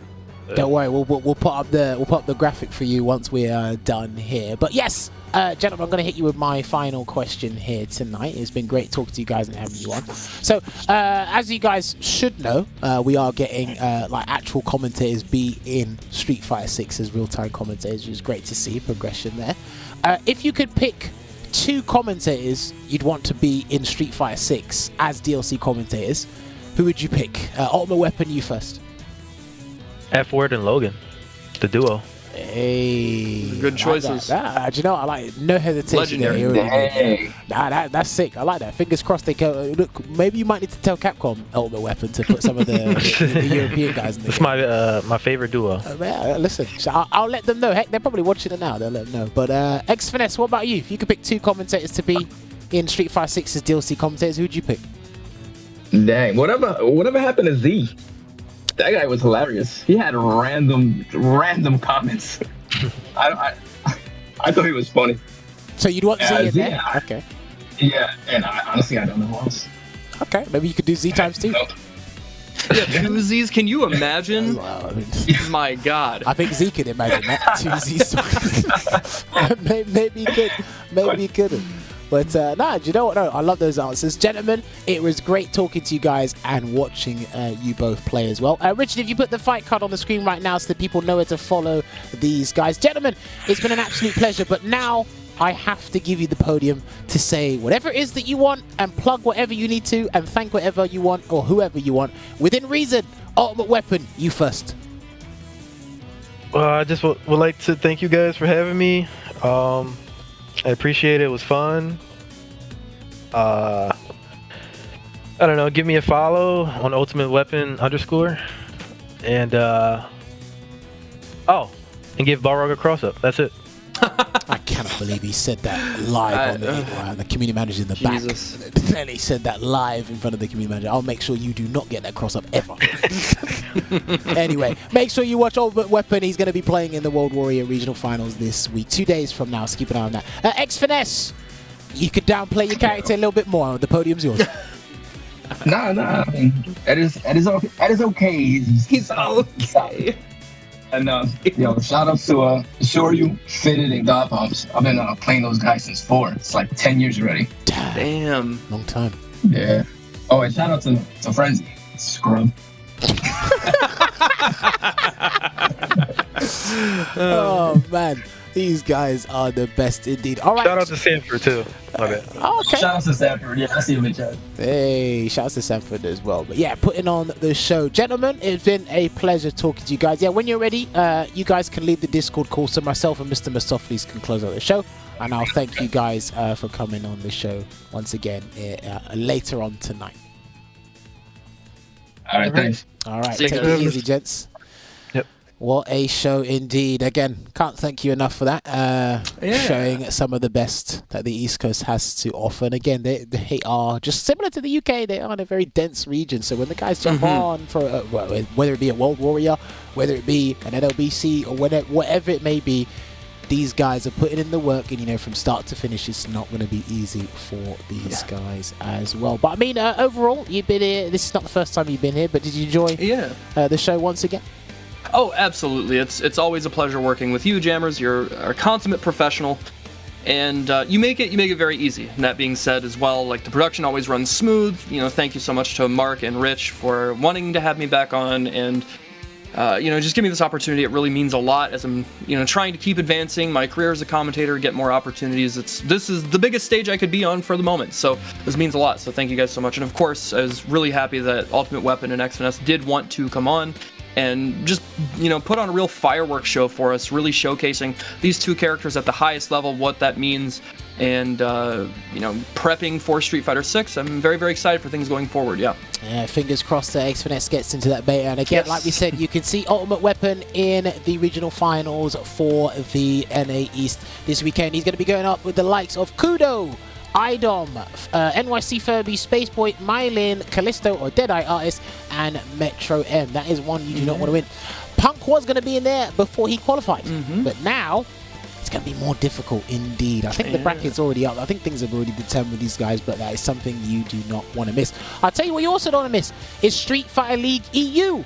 We had our week 10 last week, so all the episodes are up on the YouTube channel right now, and we are splitting up the matches from, I think the first 2 weeks are up, but we're going to be splitting up the matches from week 3 up until the latest week on the YouTube. They're going to be uploaded sporadically, but we're getting them up there so you can follow your favorite players specifically and follow the matchups and study them as much as you like with all your favorite players. You can head on over to StreetFighterLeagueEurope.com to find out more information regarding or revolving everything around SFL EU. Yeah, but it doesn't stop there. There's SFL US still happening as well. You thought Street Fighter League was done over in these necks of the woods. It is not. There is going to be more SFL US. I think we're heading into week 10 or week 11 for that, because I think 1 week there we're off because of Thanksgiving, and then obviously they went back on track as well. We're going to pop the website on the screen very shortly for you guys. And again, same rules apply. You can head on over to the website to check out all of the necessary information, the schedule. The replays are up on YouTube. They split their replays up all often and quite frequently as well. You'll be able to see your favorite players. There they are. They're going to be coming up with a full episode of week 10. Yes, week 10 is coming out this week. You can see DCQ up there with week 9. And again, things are shaping up incredibly well over there. You can see the schedule, the teams, the standings, and just see how everything SFL US is happening there as well. I didn't mention this at the top of the hour. I'm going to mention this now. Do not forget, there's an LCQ happening for the CPT finals. They have been announced, and there is an LCQ. Last chance qualifier, everybody's favorite. Apparently, it's easier to qualify for the cup for the LCQ than actually going and accumulating points over the year. A wise man once said with Urian. Anyway, it's going to be happening February 12th and the 13th there. If you do have the time, if you do have the money, because the Capcom Cup is going to be a week long, the longest it's ever been, with the most number of players that are ever going to be qualifying for the cup. They're going to be there. Head on over to that link there, Capcom US/LCQ, or head on over to Capcom Pro Tour website and find the necessary details there, and you should be able to sign up to that as well. But it doesn't stop there. More Street Fighter action. There's some this weekend with the Street Fighter 6 closed beta. It is here. Beta test number 2. Before, it was a very small number of players in there, but now they've extended it 4-fold, 10-fold, whatever the number is, you're allowed to do it. So if you weren't in the beta last time, hopefully you signed up, because sign-ups are close. They should be distributing code amongst the next 2 days so people can download it onto their systems and be able to play it throughout the weekend. December 16th through to December 19th. Cross-play on PlayStation 5, Xbox Series X and S, and Steam. If you have PlayStation 4, I'm so sorry. My condolences. I'm pretty sure you can go to an exchange store or something and find a PC, or just go to your friend's house. Just say, look, I can make millions off of this one weekend. Just give him that idea. I'll give you a doctor's note, and we can all make it work. We can all make it work. You have some fun on the SF6 beta. But yes, that is about everything we need to plug. There is, of course, new content there. The game's coming out June 2nd. June 2nd, 2023. Mark down that in your calendars. Skip work. Write a doctor's note, something. Do whatever you want. Just mark that date down. There it is. And yeah, apparently a lot of people do not like that cover. I don't know. I'm one of those people that didn't really pay no mind to it. Yeah, I didn't pay no mind to it until people just brought it up. And I'm like, all right, cool. You artists and developers, you clearly know how to do whatever. But hey, listen. If the community can say something about the initial logo for Street Fighter 6 and that just miraculously changed, I mean, who knows who goes to say that we're not going to see another 3 characters on the same front cover for you. You don't even buy games physically anyway these days. You look at the Steam page, you look at the PlayStation page, you pay your money and you move on. He's like, yeah, don't like Lucas. All right, cool. Keep expressing your disdain a little bit more. But Mr. Mostafles, it has been a pleasure. Make sure you follow him. Follow him. He's doing interviews and he's got a Twitter account. Make sure you follow him. Yep. Very active on both. Please do that. At Mr. Mostafles on Twitter, or twitch.tv/Mr. Mostafles, then just look up Mr. Mostafles on YouTube. But any and all support really means a lot, guys. Yes, he's been putting in the work, and so should you. It takes us a second. Anyway, we got to love you and leave you. But when we come back, we might have an episode next week. We might have one. I need to double check because it is coming to the closing. It is the closing days of 2022, believe it or not. I blinked and it was March yesterday. However, Street Fighter 6 on the horizon. Stay safe, follow the accounts, wash your hands, and Ed is not fine. We'll see you next time. Good night. See you guys.